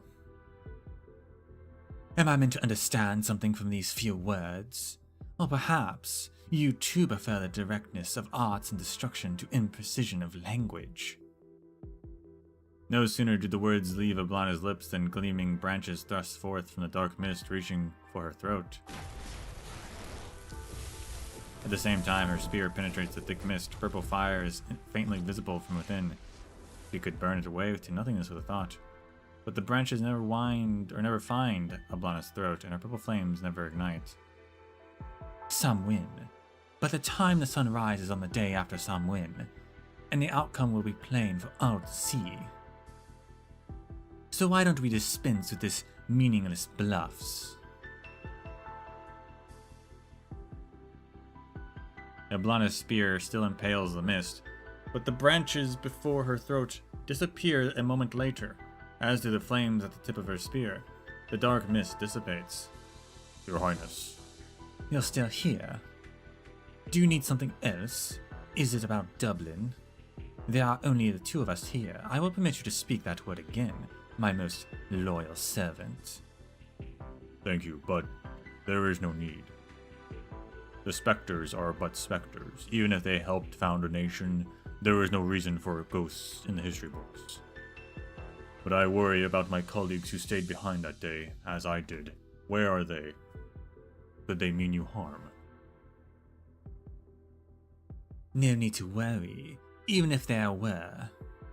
There is no reason for you to risk staying here. I saw a scene of chaos on my way back. It was a bedlam. People were fighting over the tiniest things, sometimes nothing at all, while others seemed to be stuck there where they stood, like statues. Just like the specters who fought the Victorians with us. If they fade into darkness, will they fade into darkness too? This is now Cersei, the Red Dragon's lair, the capital of Terra. Anything that happens here will have repercussions across the nation. No, it won't. You don't sound convinced. Your Highness, at the end of the day, I have just one question. One question I pray you will answer. Very well, I will forgive your impudence. Your Highness, Ablana, that future you promised Dublin, you promised Terra, that future where all Tarans could freely write their own dreams. Was it all a lie? The Brigadier cannot stop himself from trembling. The fear that had lurked in his heart for days overcomes him. It is not because he fears his own end. He is not afraid of being swallowed by the dark mist like his colleagues or invoking the Red Dragon's wrath.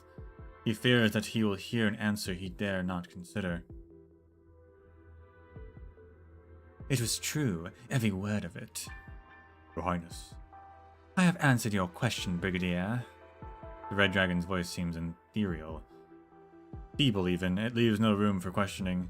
It is the voice that has led the man to victory countless times, and so he slowly straightens his back.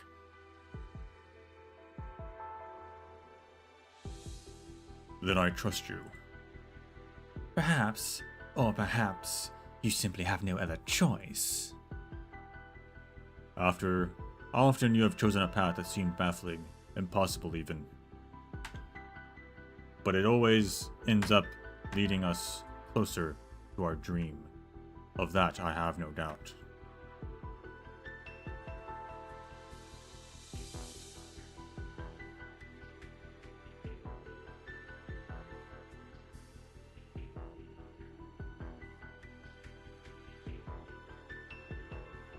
Such deep trust is indeed worthy of my gratitude. However, I do not require you to maintain order within now, Cersei. If you manage to return from the Dark Woods, then you should return there now. Until Samhain has passed? Until Samhain has passed. Or I stepped into the Dark Woods one morn, calling to the mists of ore.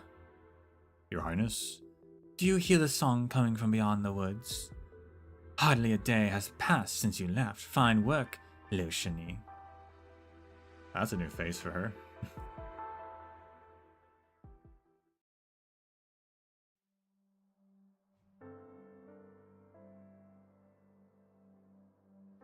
Is that what's been happening in the city? Reed, your sister, what is she planning?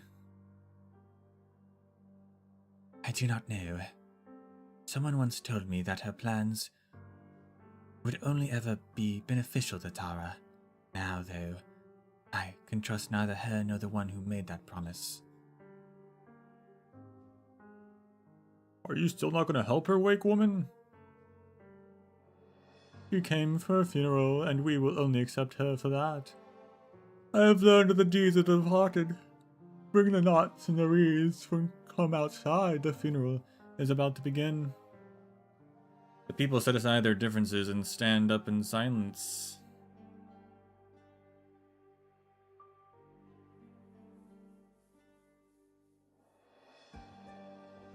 I stepped into the dark woods one morn, calling to the mists of horror. I trod upon the road, heading out to war. No pipes a singing, no battle drums a roar, only the bells behind me, through dew and fog, their rings do soar. The wakemen sing softly, each attending to their own duty. Some adorn the coffin with knots and wreaths. Some lay firewood and kindling around it. Some distribute candles to the attending refugees as they continue to sing. Tiny lights begin to sway through the camp. Loshani has a candle too, which she carefully lifts in front of her chest. Oh, excuse me. Go ahead. I didn't know the departed and don't really have much to say, but where I grew up, people talked freely at funerals. Certainly, that is how Tarans honor the departed. Life should be celebrated even after its end. The joy of the living is consolation to the dead. You are free to talk amongst each other. I also made some snacks. Please feel free to share them. We shall also provide refreshments later. However, we must request that you exercise restraint, considering that Mr. Kulan died before his time and under unfortunate circumstances. We must also ask you follow our instructions during the fire returning ceremony. Understood.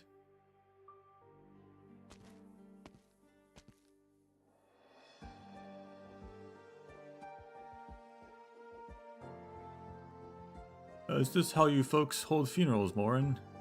We didn't have all these rites and ceremonies. All we did was keep watch through the night. No clue what this fire returning thing is either. Guess we just followed their instructions. Have you ever been a part of a ceremony like this, Reed? Shakes head. I see.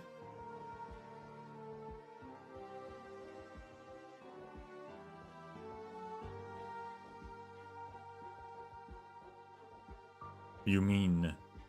Loshini has found the Wakeman. The hero's funeral has begun. I stepped into the dark woods one morn, calling to the mists of ore. I trod upon the road, heading out to war. Do you know this song? You already know the answer. I lead the young into battle with it more than a few times.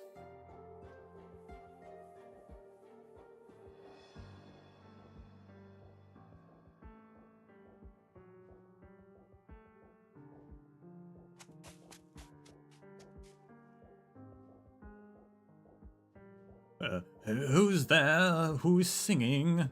Why is it that I hear the song here at the site of the old capital, even after escaping the dark woods?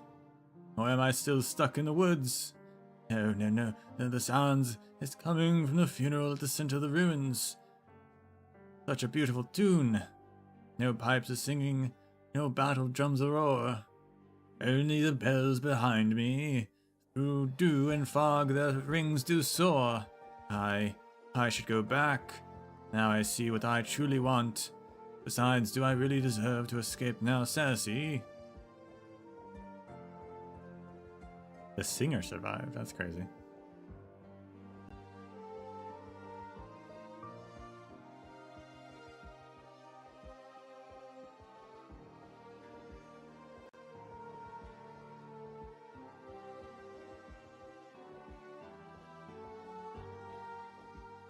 Here, Emma, today's bride. Thanks for thanks for sharing your food in times like these. You shared with me before, just returning the favor.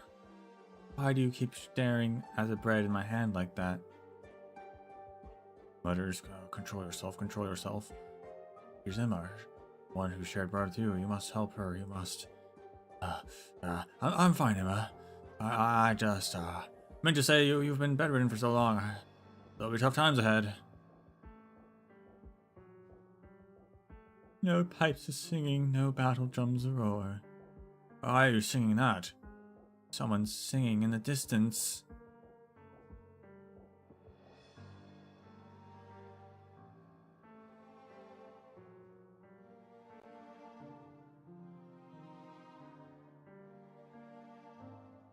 Friends of the departed, please present your eulogy before the fire returning ceremony begins. Read.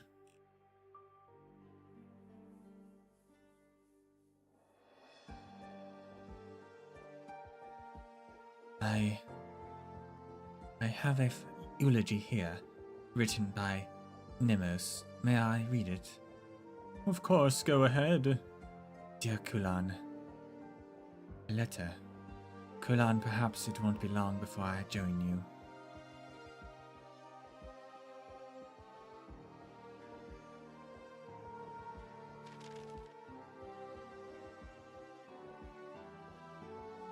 Kulan, perhaps it won't be long before I join you, before I become a slave of the purple flame, before I turn to ash. Perhaps there won't be anyone to free me from an afterlife of eternal torment, but I've never forgotten what you said to me. You said you wanted to be a hero. You asked me to let you become one.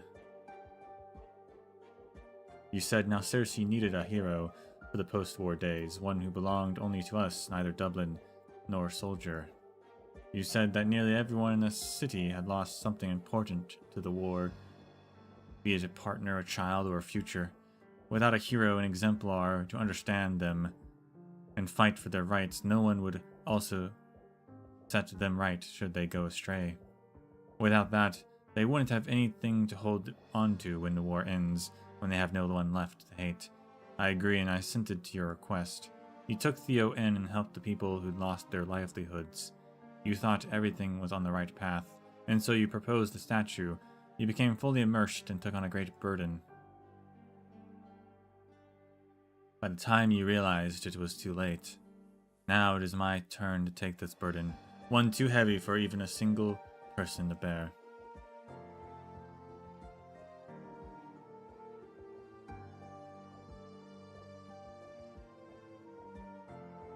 Now it is my turn to carry this burden, one too heavy for any single person to bear.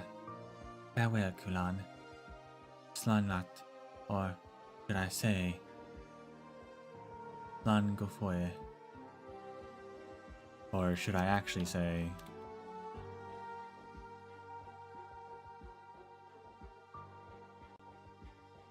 actually, Slan Lot. I was right about that one. Nice. And I was right about both of them. That's pretty lucky.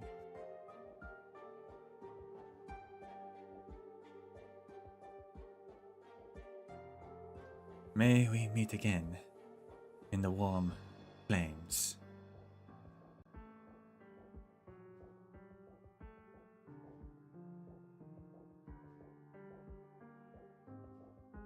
As she finishes, a flame is thrown into the kindling surrounding the coffin, igniting the firewood. The crowd gathers around the bonfire, following the instructions of the wakeman. Witness that the departed has found peace in flames.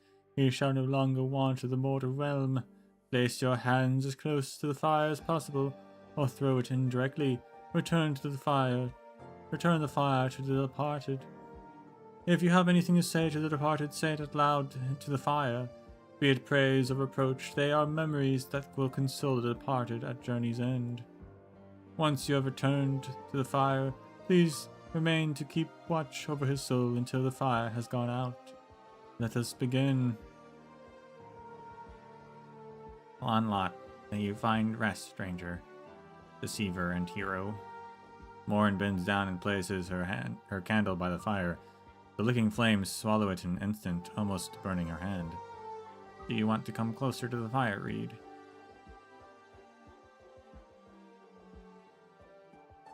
If there's anyone here who doesn't deserve to pay respects to Kulan, it would be me.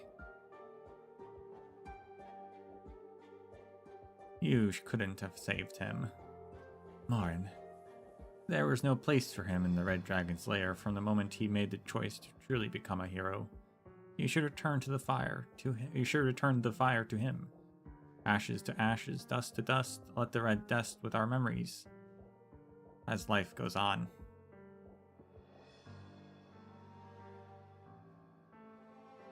Return to the fire. Let the dead rest with our memories. As life goes on.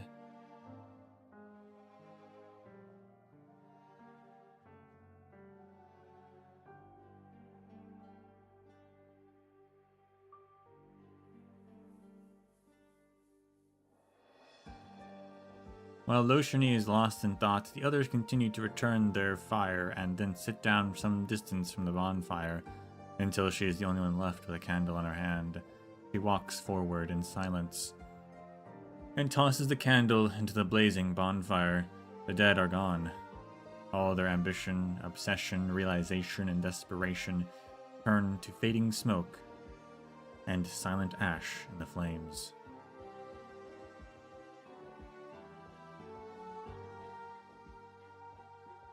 May my hail of bullets bring you eternal peace.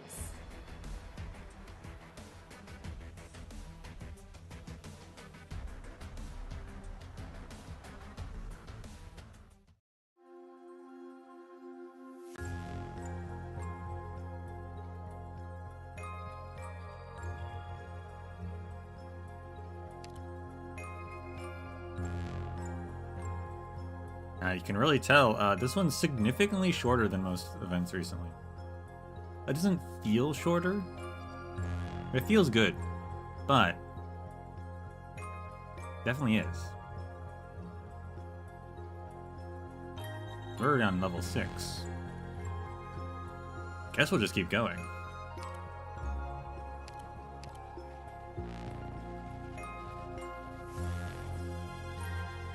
At least one more.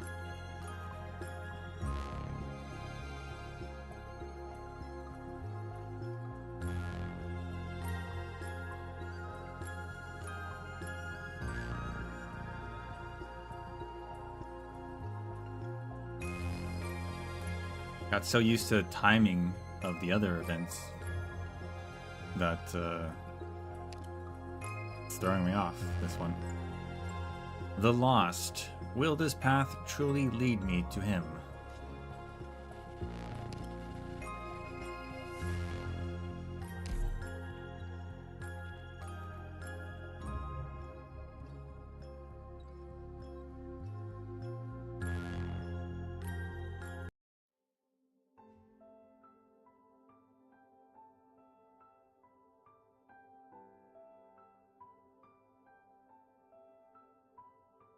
So you won't go to the city, even to perform a fire-returning ceremony?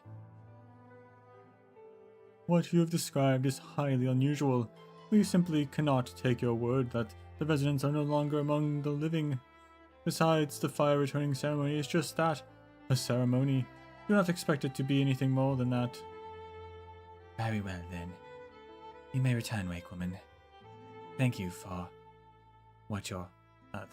your help. You intend to go back to Narcersea, even without us? Owen and the others have settled in well. I have done what Nimos entrusted me to do, so, our work here is done. Take care, Your Highness. I will.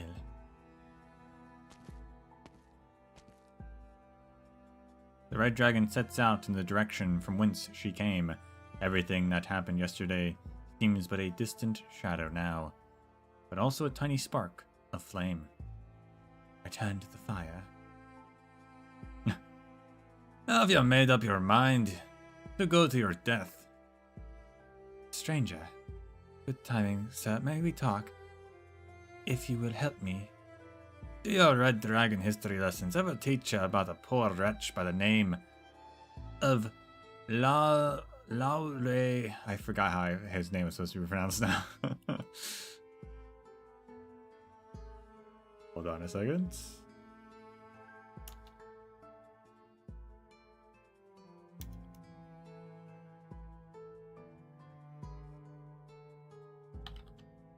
Lawa. I forgot there was an R there. That's interesting. Because the BH is a W, I think.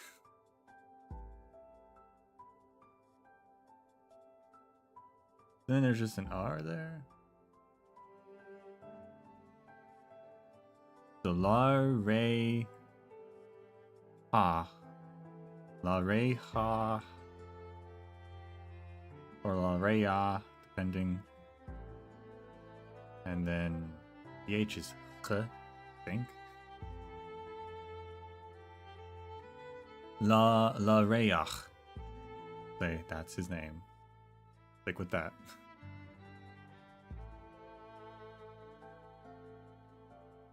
Did you ever teach you about a poor wretch by the name of La Reyach? Excuse me. I'll take that as a no. After returning to the palace for the first time in many years, I never even had the chance to see his brother before the guards took him away and plunged a sword through his chest. I knew that story. Then why are you so eager to follow in his footsteps and have history remember you as a fool? Leave. You've seen your sister, and you're still alive, and that you've already achieved more than he ever did.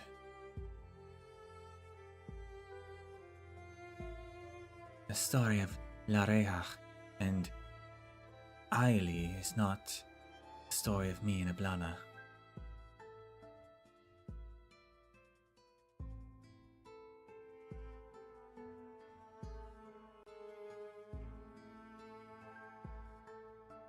Fine.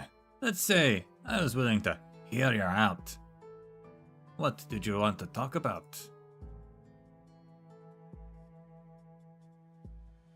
The city's fire returning ceremony. I just wanted to find someone to help with the preparations, but you seem to know a lot about the history and tales of Terra. So, I was thinking you might be able to help. History and tales? Yeah, I can talk. On the way, come. But that's not the way to the Dark Woods. Just follow me. It worked for you in the woods, didn't it?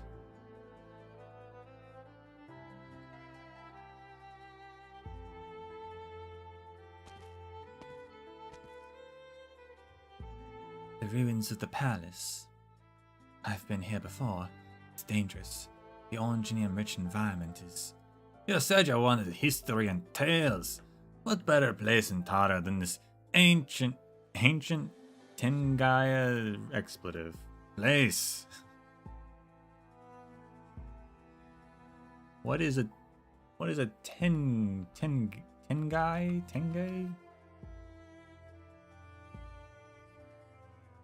That's a new one.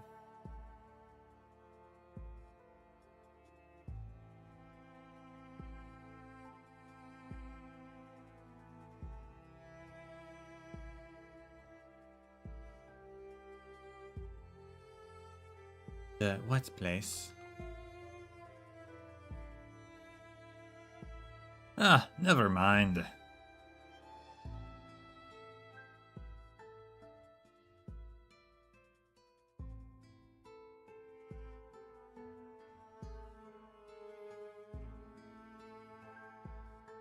Okay, I figured, I did look it up because but yeah, so Tengay is the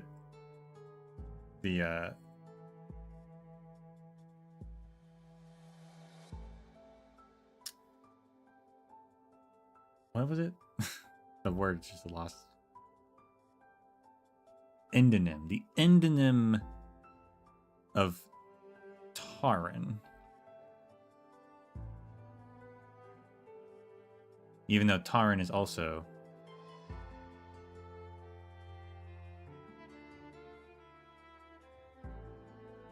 Oh, I guess Taran is the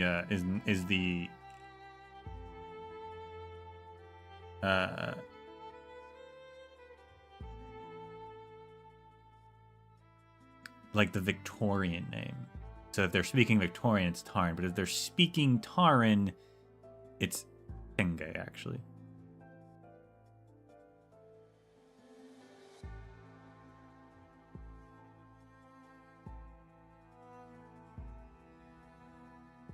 Which does make sense, because I believe they even talked about that in episode 9. Which, of course, based on real life as well. Like, yeah, the Tarns just speak Victorian. Like, they don't really know their own native language.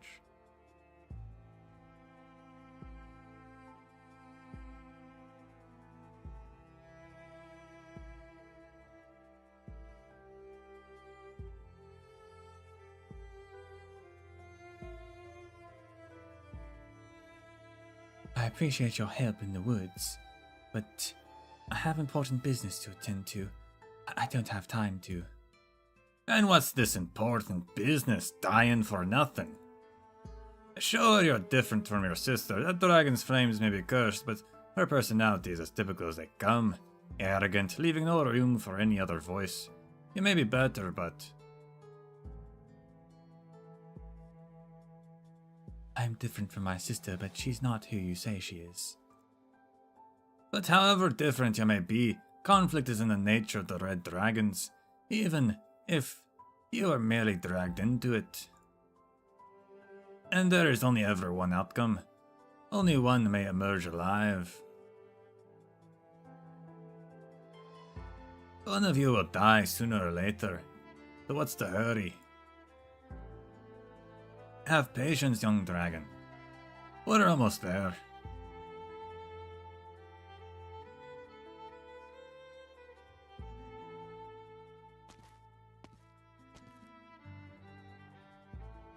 We come here for this altar.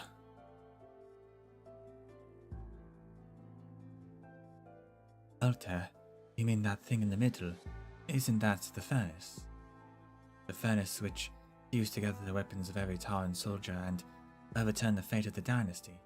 The furnace from which fallen soldiers were reborn. That's what you call it today, isn't it? Far more important than just another altar, to be sure. But an altar is an altar, even if it's a little bigger than the others. It was based on the ceremonial stone circle used to coronate King Gale, and the place was built around it.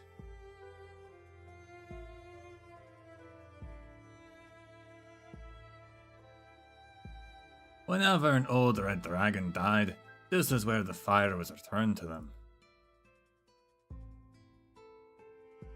The fire returned? What you saw back at those Woodbrains camps, gotta give them credit. They managed to remember all that even centuries later. Fire returning wasn't just about a bonfire back in the day though. By the time the old hag, Magred, it was given, it was enough for the siblings of the heir to the title of King Gale to put their hands into the fire and get a few blisters.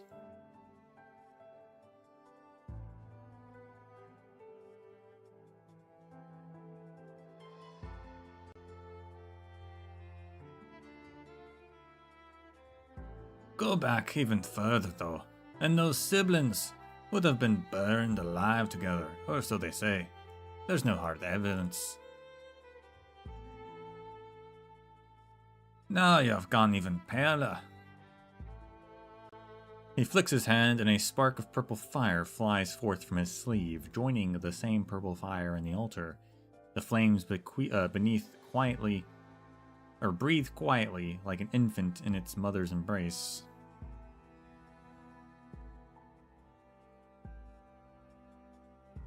Your flame is purple too. No, wait.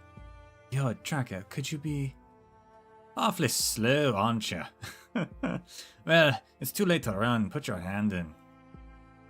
What? You want Narration to return its fire, didn't you? Put your hand in. The red dragon falls silent, then stretches out her hand to touch the flame in the furnace. As expected, it is not warm, but to her surprise, it does not feel cold either. Nah, I brought you here to say something. The tragedy of Terra, the ill repute of the red dragons, it is simply the cruel cycle of fate repeating itself again and again. Like your sister, I was an aberration that breathed the flames of death. It is not my intention to disrespect the dead, nor could I even if I wanted to. I wanted to show you the fate of those who die upon this land.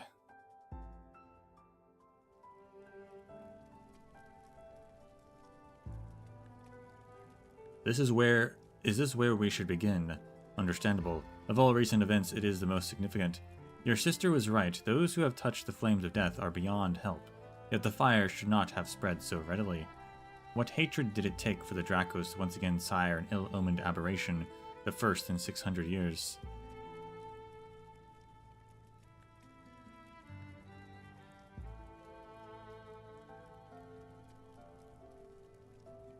And him. If you ask me, he slept in far too late. Could hardly drag himself out of bed by sunset. Of course, he became the sacrifice. Even you should not speak of the dead so lightly. Do not justify it as a sacrifice. You can only say that because you've seen so little. Those feelings will pass soon enough once you're used to it. See, here comes another sacrifice.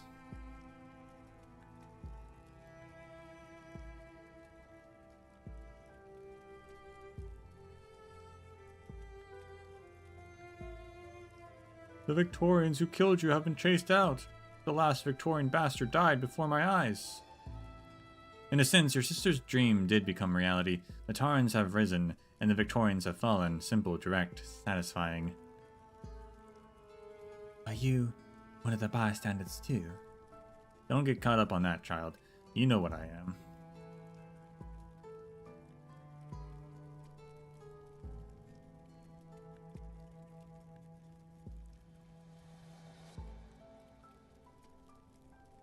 I don't recognize this. Explain.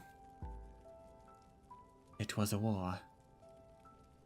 There are always wars. Be specific. Who did she incinerate, and what land did she set her sights on? Victoria. Leblana wanted to take Terra back from the Arslands. This was the conclusion to that war. The Arslands? Those conceited bastards? But is she not facing a Sarkaz? Never mind, the Lions were the ones who stole Victoria. That's all I need to know.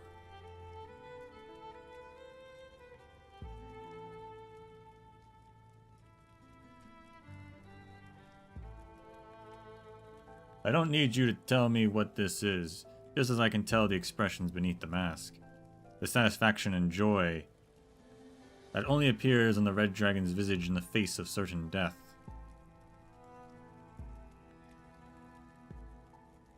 Yeah, that wasn't joy. It was the opposite. The opposite? Maybe you were simply gravely injured and started hallucinating on the brink of death. But as I said, this is simply repeating the past.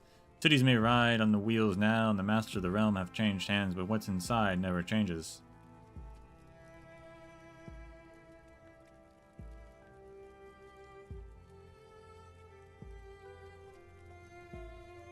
What is this, your home? Where did you learn to point your blades at each other? Who's this man?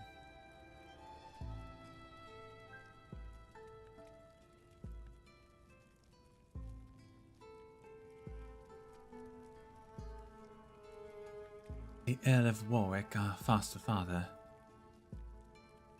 Leblana said he helped the Aran see hope, a hope that they could see but never reach. That all he ever did was drive thirsty travelers mad with mirages. In his hands he held a delicate thread. On one end were the Tarans who had rediscovered their name, and on the other lay oppressors who had trodden upon them for so long. That thread was my sister and I.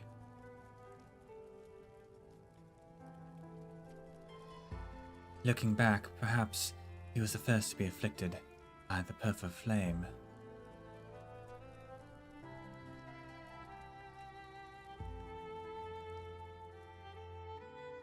Huh. Not only did you sympathize with your sister, but you also know her well. No wonder you're so loath to kill her. I have no intention of becoming like her, nor will I simply allow myself to be killed.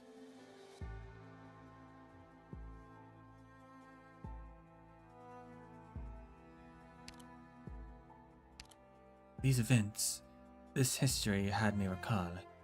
What are you trying to tell me?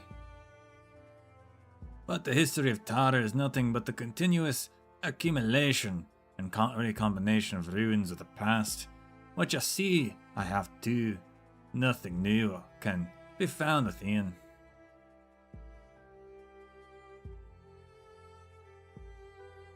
What I see are not ruins, but the source of the flames.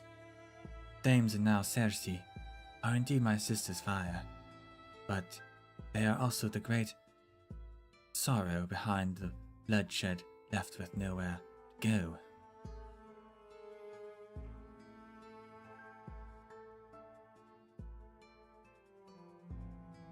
It was the war, the pain, the oppression, the things taken from them, which began long before the war. That's what left the fire in their hearts.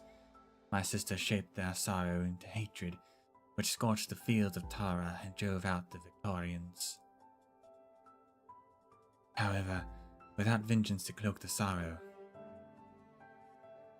that same fire has come back to burn them, burning away everything they have, until they are nothing but the walking dead.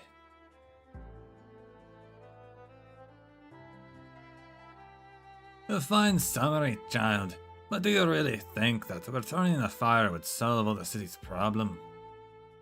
It's not the only path before me. True. But how do you tread it? Come, we've seen your story. Now see mine.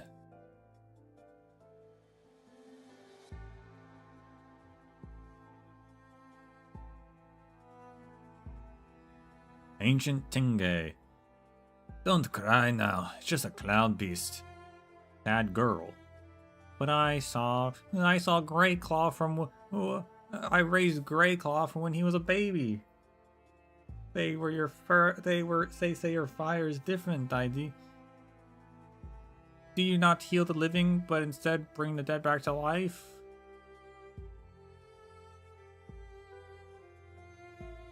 DD, actually. They don't come back. It's just an empty shell. Even if it's just an empty shell, please, Dee Dee. I just want to hear Greyclaw's voice again.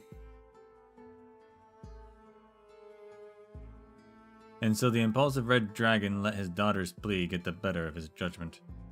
After a few months, strange things began to happen, not just to the cloud beast, but to all the beasts of the pasture. Burden beasts no longer ate grass. Sister beasts no longer gave milk. The old refused to die, the young refused to live, and bare skeletons devoid of flesh began to roam the pastures.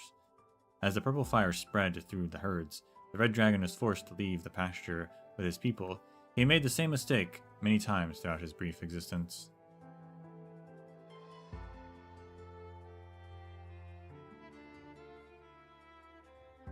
Pepper fire spread through the herds.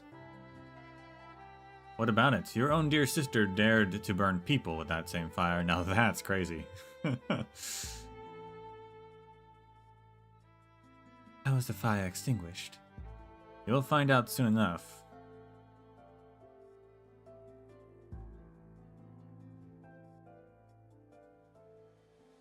This is the Citadel now, Cersei. That same corridor. No, but your mistake is understandable.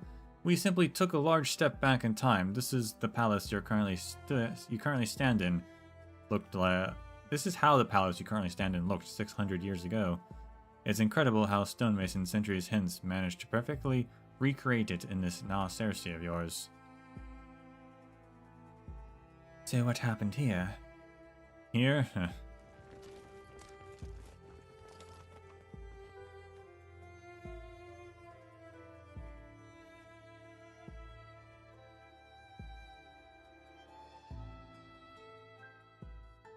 Lareach the Fool had made too many mistakes, the likes of which you have already seen. He grew weak and felt his end coming. On the eve of Samhain, he came to see the brother he had not seen for 20 years, bearing the finest gifts his nomadic life would allow. He even convinced the druids of the city who oversaw the festival ceremonies to take him to his brother.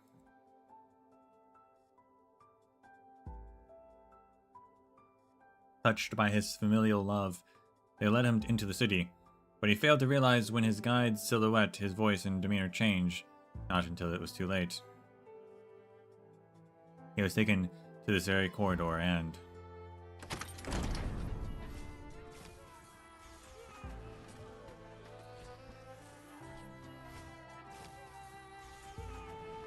I doubt Aelil who gave the order to assassinate his brother, was on that balcony on the other side of the door. For my eyes were wide open to the very end, but I never saw his fire through the gaps.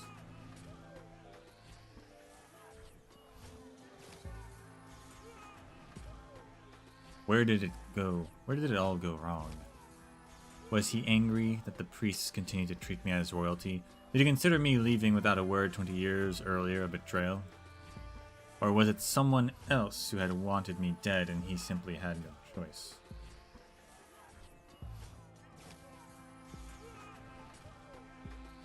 I'll never know. Within this brief, swift act of violence, there was only one thing that I had long known, that I had never doubted. A red dragon never forgives. The hatred of the dragons is even longer than the history of Terra.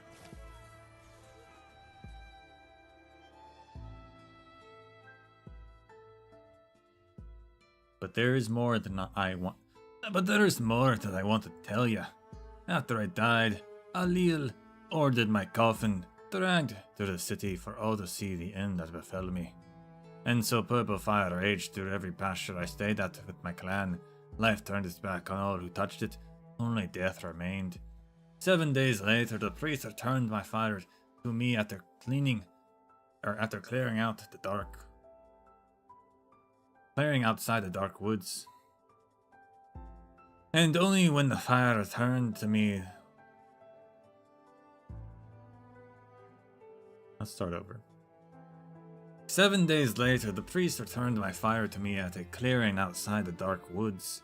And only when the fire they returned to me was extinguished, did the purple flames in the pastures begin to subside. It was only then that the last vestige of my consciousness had remained in the flames after death faded into darkness. All living things that touch the flames, people or beasts, will return to ash. Your sister spoke through. The flames will continue to spread as long as she lives.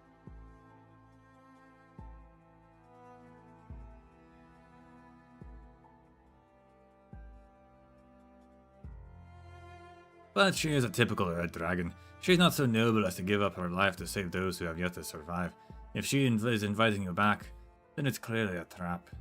Run, call for help, yell, find someone who is your equal to extinguish the endlessly spreading flames. That is the only way.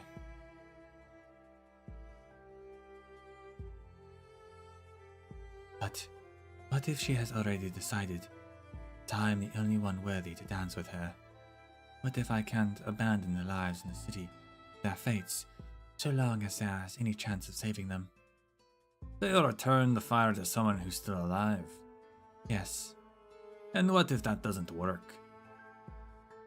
Regardless, I'm going back, no matter what.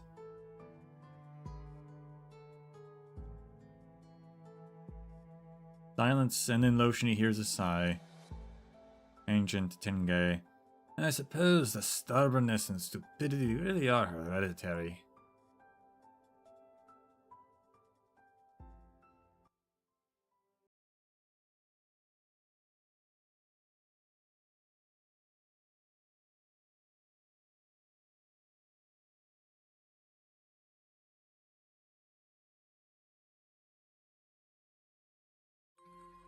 Return fire while she's still alive. What blocks the way, I will burn through. Ash creation cannot be blocked. Simultaneously attacks 2 targets. True form is revealed inside your attack range. I like that design. That's a cool little creature thing.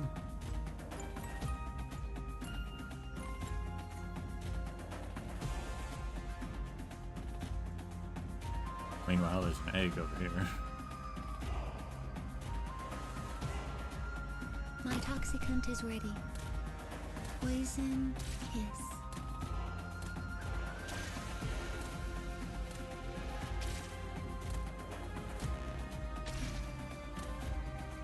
Moonlight barely laid upon the brazy patea, yet you've witnessed the Oh my gosh, she's over there entirety too. of autumn. Why can all these guys hit range dials?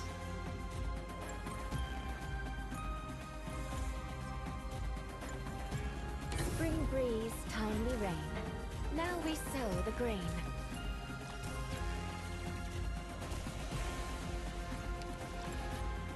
Arch unit charging.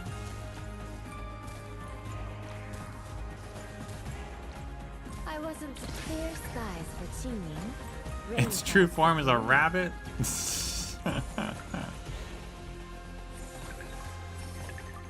That can't be blocked? Or...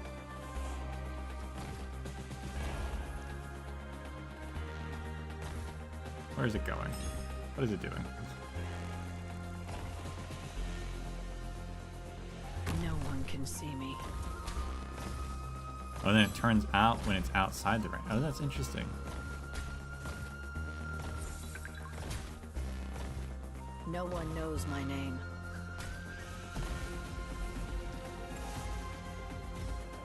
Now, this would be a perfect Ifrit lane right here, actually.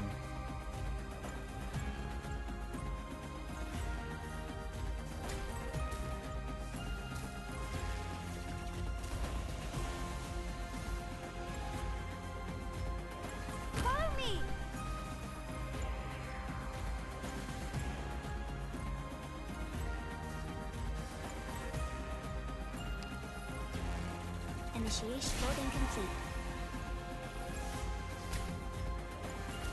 I pass on your last words. No. Moving to designated location.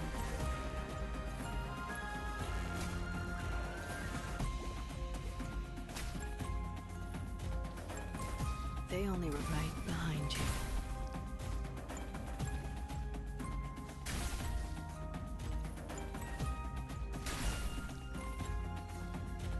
I bad luck. You ran into me. Need speed to succeed.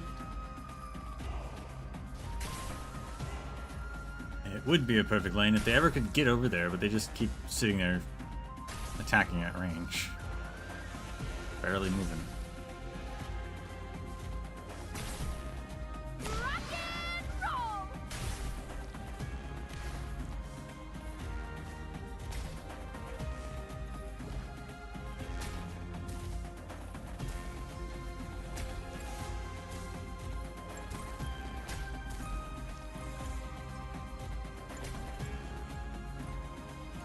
No one knows. Follow me into the shadows.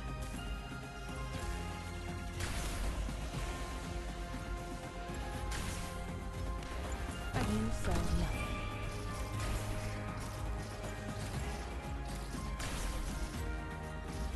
Need speed to succeed. Mission accomplished.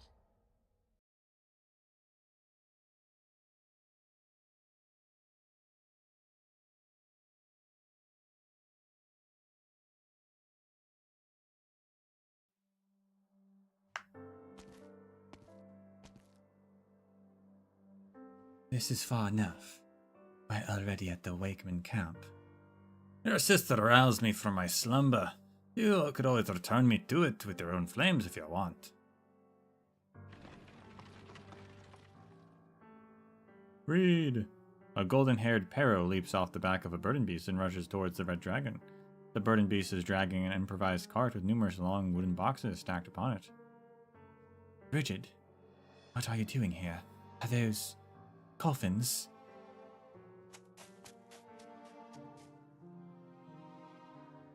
Yeah, coffins. Nemo said to bring them to the Wakeman. Are they still in the ruins? Say, is there someone with you? I can smell that same burning stink, and I could swear I heard you talking just now. No, I'm alone. These dead folks. The type who would put their own names or put their own arms out of their sockets to bite at their imaginary enemies, and if you grabbed their hand, along with the poor wretches they tore to pieces. And Theo, Nemos found him in the end. It's almost like this was the natural order of things.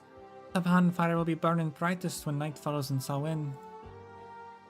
The red dragon looks towards now Cersei and sees a faint shadow in the distance, painting the silhouette of purple flames. We'll be out of coffins if this keeps up.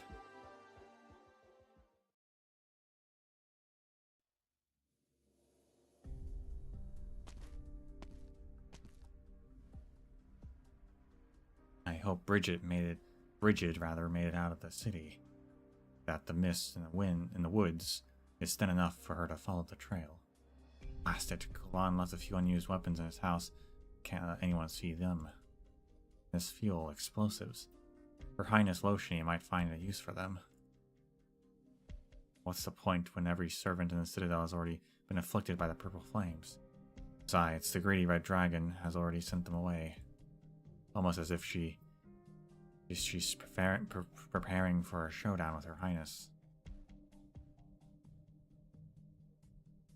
Or setting a trap.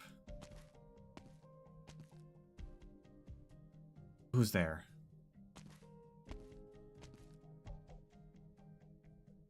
Rory, what are you doing here? Oh, you're Nemos. Yes, I'm going through Cullen's effects. This isn't urgent, could I ask you to... Traitor! Have you gone mad? Oh, silly me, of course you have. We all have. Traitor!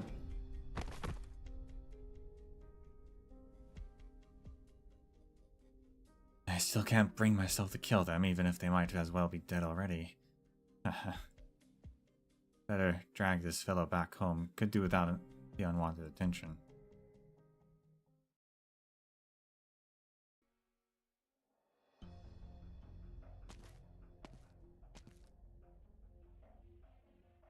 Ugh.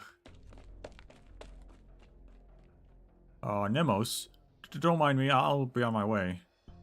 What's that in your hand? Oh, nothing now, if you'll excuse me. Necklace, that was a gift from Niels to Emma. I gave her the bread. That's why, way more valuable than jewelry in times like these, she gave it to me. Did she now? A necklace she never takes off?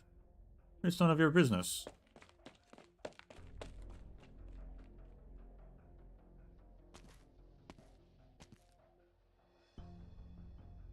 Nemos, you stayed behind. I thought all the Dubliners left the city.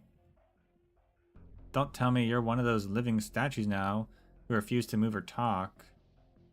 I might be soon. Why did you bring them up? Samhain begins tonight, so I went through the houses of the missing people and found plenty of good stuff for the party tonight. Samhain, party. About Kulin. Well, he was already on his last legs by then, and I didn't really... let's not talk about that. Look at all this stuff. It'll be a night to remember.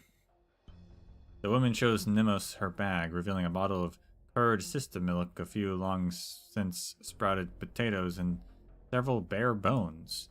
Just wait for me, Nemos. Cool on. We'll have a fantastic Samhain. Only when the woman has already disappeared around the corner does Nemos remember who she is, a villager who once lived on the outskirts of Nalcersi. 2 years ago, the Victorians took her father away while investigating Dublin. The autumn harvest had just ended, and she had been preparing to celebrate the harvest festival.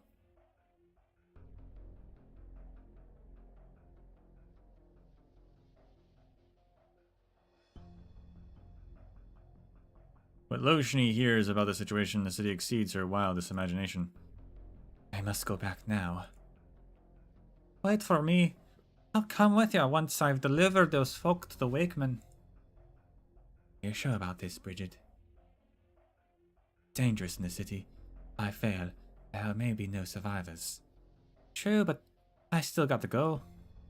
Why?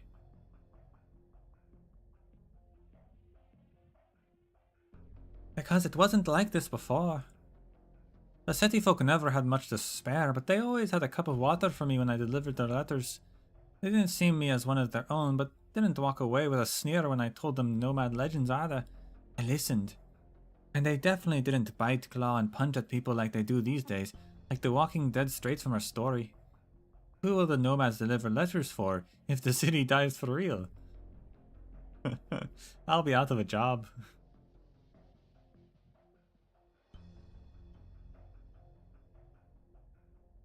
Morin. The second shipment of bodies has arrived in Nalcersi.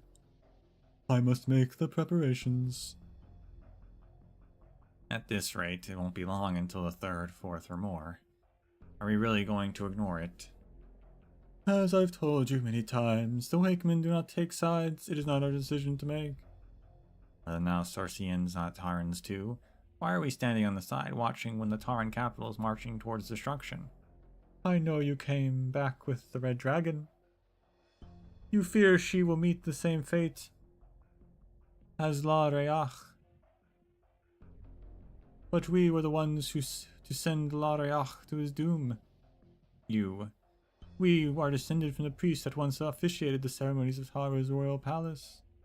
Our ancestors, moved by La Reach's plea, welcomed him back into the palace when Alil's stance was ambivalent.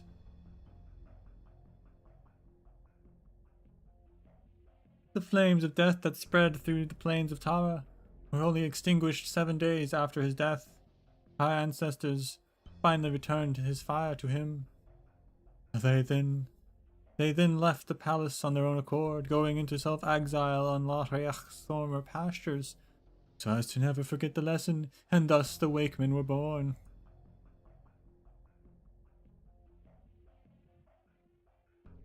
I'm sorry, but Reed isn't La Reach, and history is not a cycle that repeats itself endlessly. If it were, Reed would have already died in that citadel. Even her tyrant of a sister was the one to free Terra from Victoria rule. Fates are often alike, but always differ when it matters most.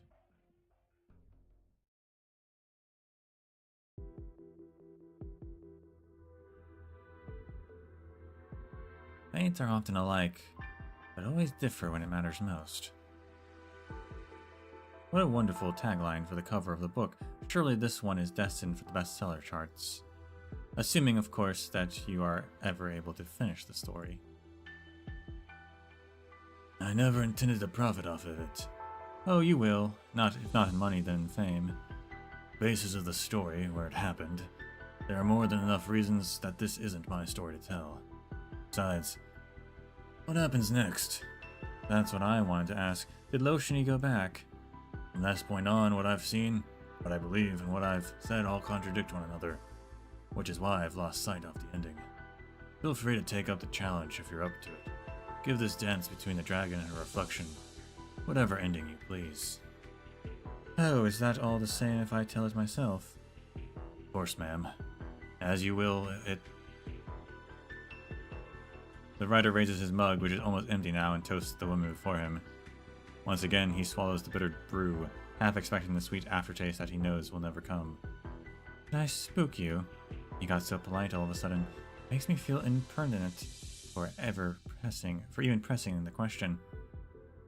No, but I must make it abundantly clear that everything we have discussed until now is no more than idle chatter. You understand, don't you? The woman sits straight and does not say a word. The writer can only attempt to guess whether she is still smiling through the shadows. Well, what are you waiting for? I've nearly finished my drink. I've fallen into the same conundrum as you. If this is as far as both your references and your imagination go, how can I possibly put the Red Dragon's ultimate fate to paper? I've already said all I'm able. I refuse to give this story an entirely fictional end. Not one that not even I could believe in, if the alternative is that there is no ending. If you don't have an answer either, no need to waste your time here. Leave while it's still early.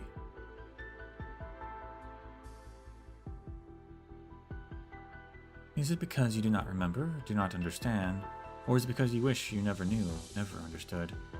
But what are you getting at? You've never lost sight of the ending. It would be more appropriate to say that your eyes have become clouded by too many creative liberties. Shall I recount them for you? Treasures leading people into the darkness, Kulon dragging the statue to the square by himself, and virtually everything related to the dark mist in the woods, from the rejection of the Brigid, the food carts returning to the city on their own, to Loshini becoming lost in the woods, to the Brigadier and Ablana's meeting in the city. If these creative liberties have created the contradictions in your mind, then it is my responsibility to set them on a path towards the ending.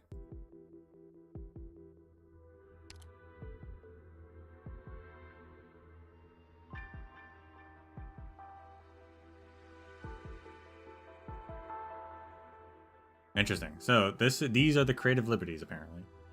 Alright, so treasure leading people into darkness, obviously. Kulon dragging the statue by himself, that makes sense.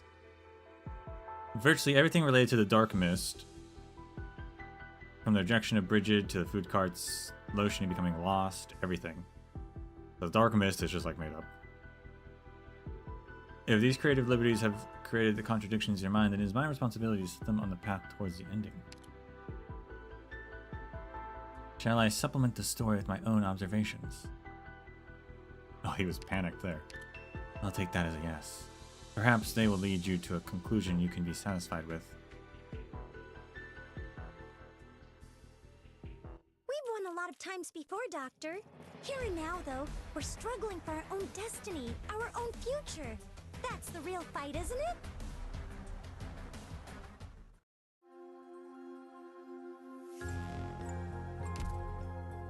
And that is a good stopping point.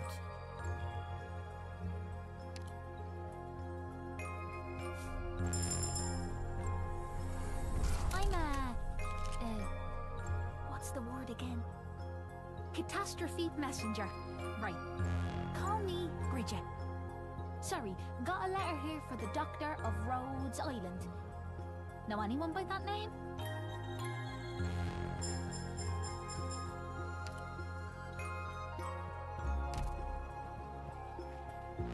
Wasn't too far off on her.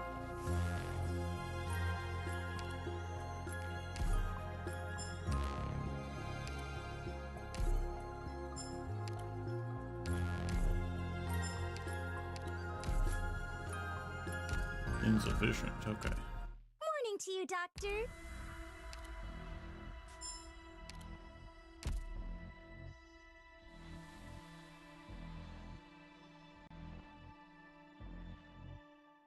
Definitely seems that the writer guy definitely is like worried that I feel like he's worried for his life. Like he has an inkling as to maybe who this person is.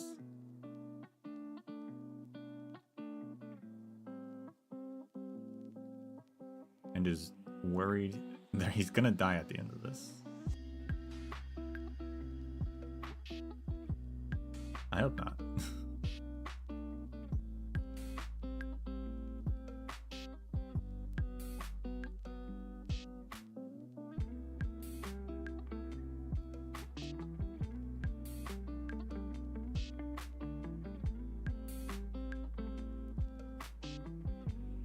That's what it feels like.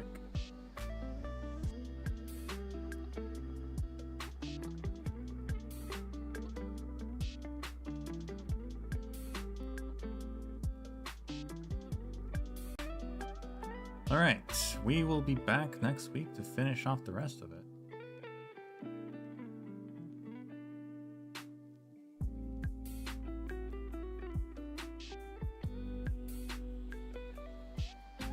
And that's pretty much that. So thank you all for watching.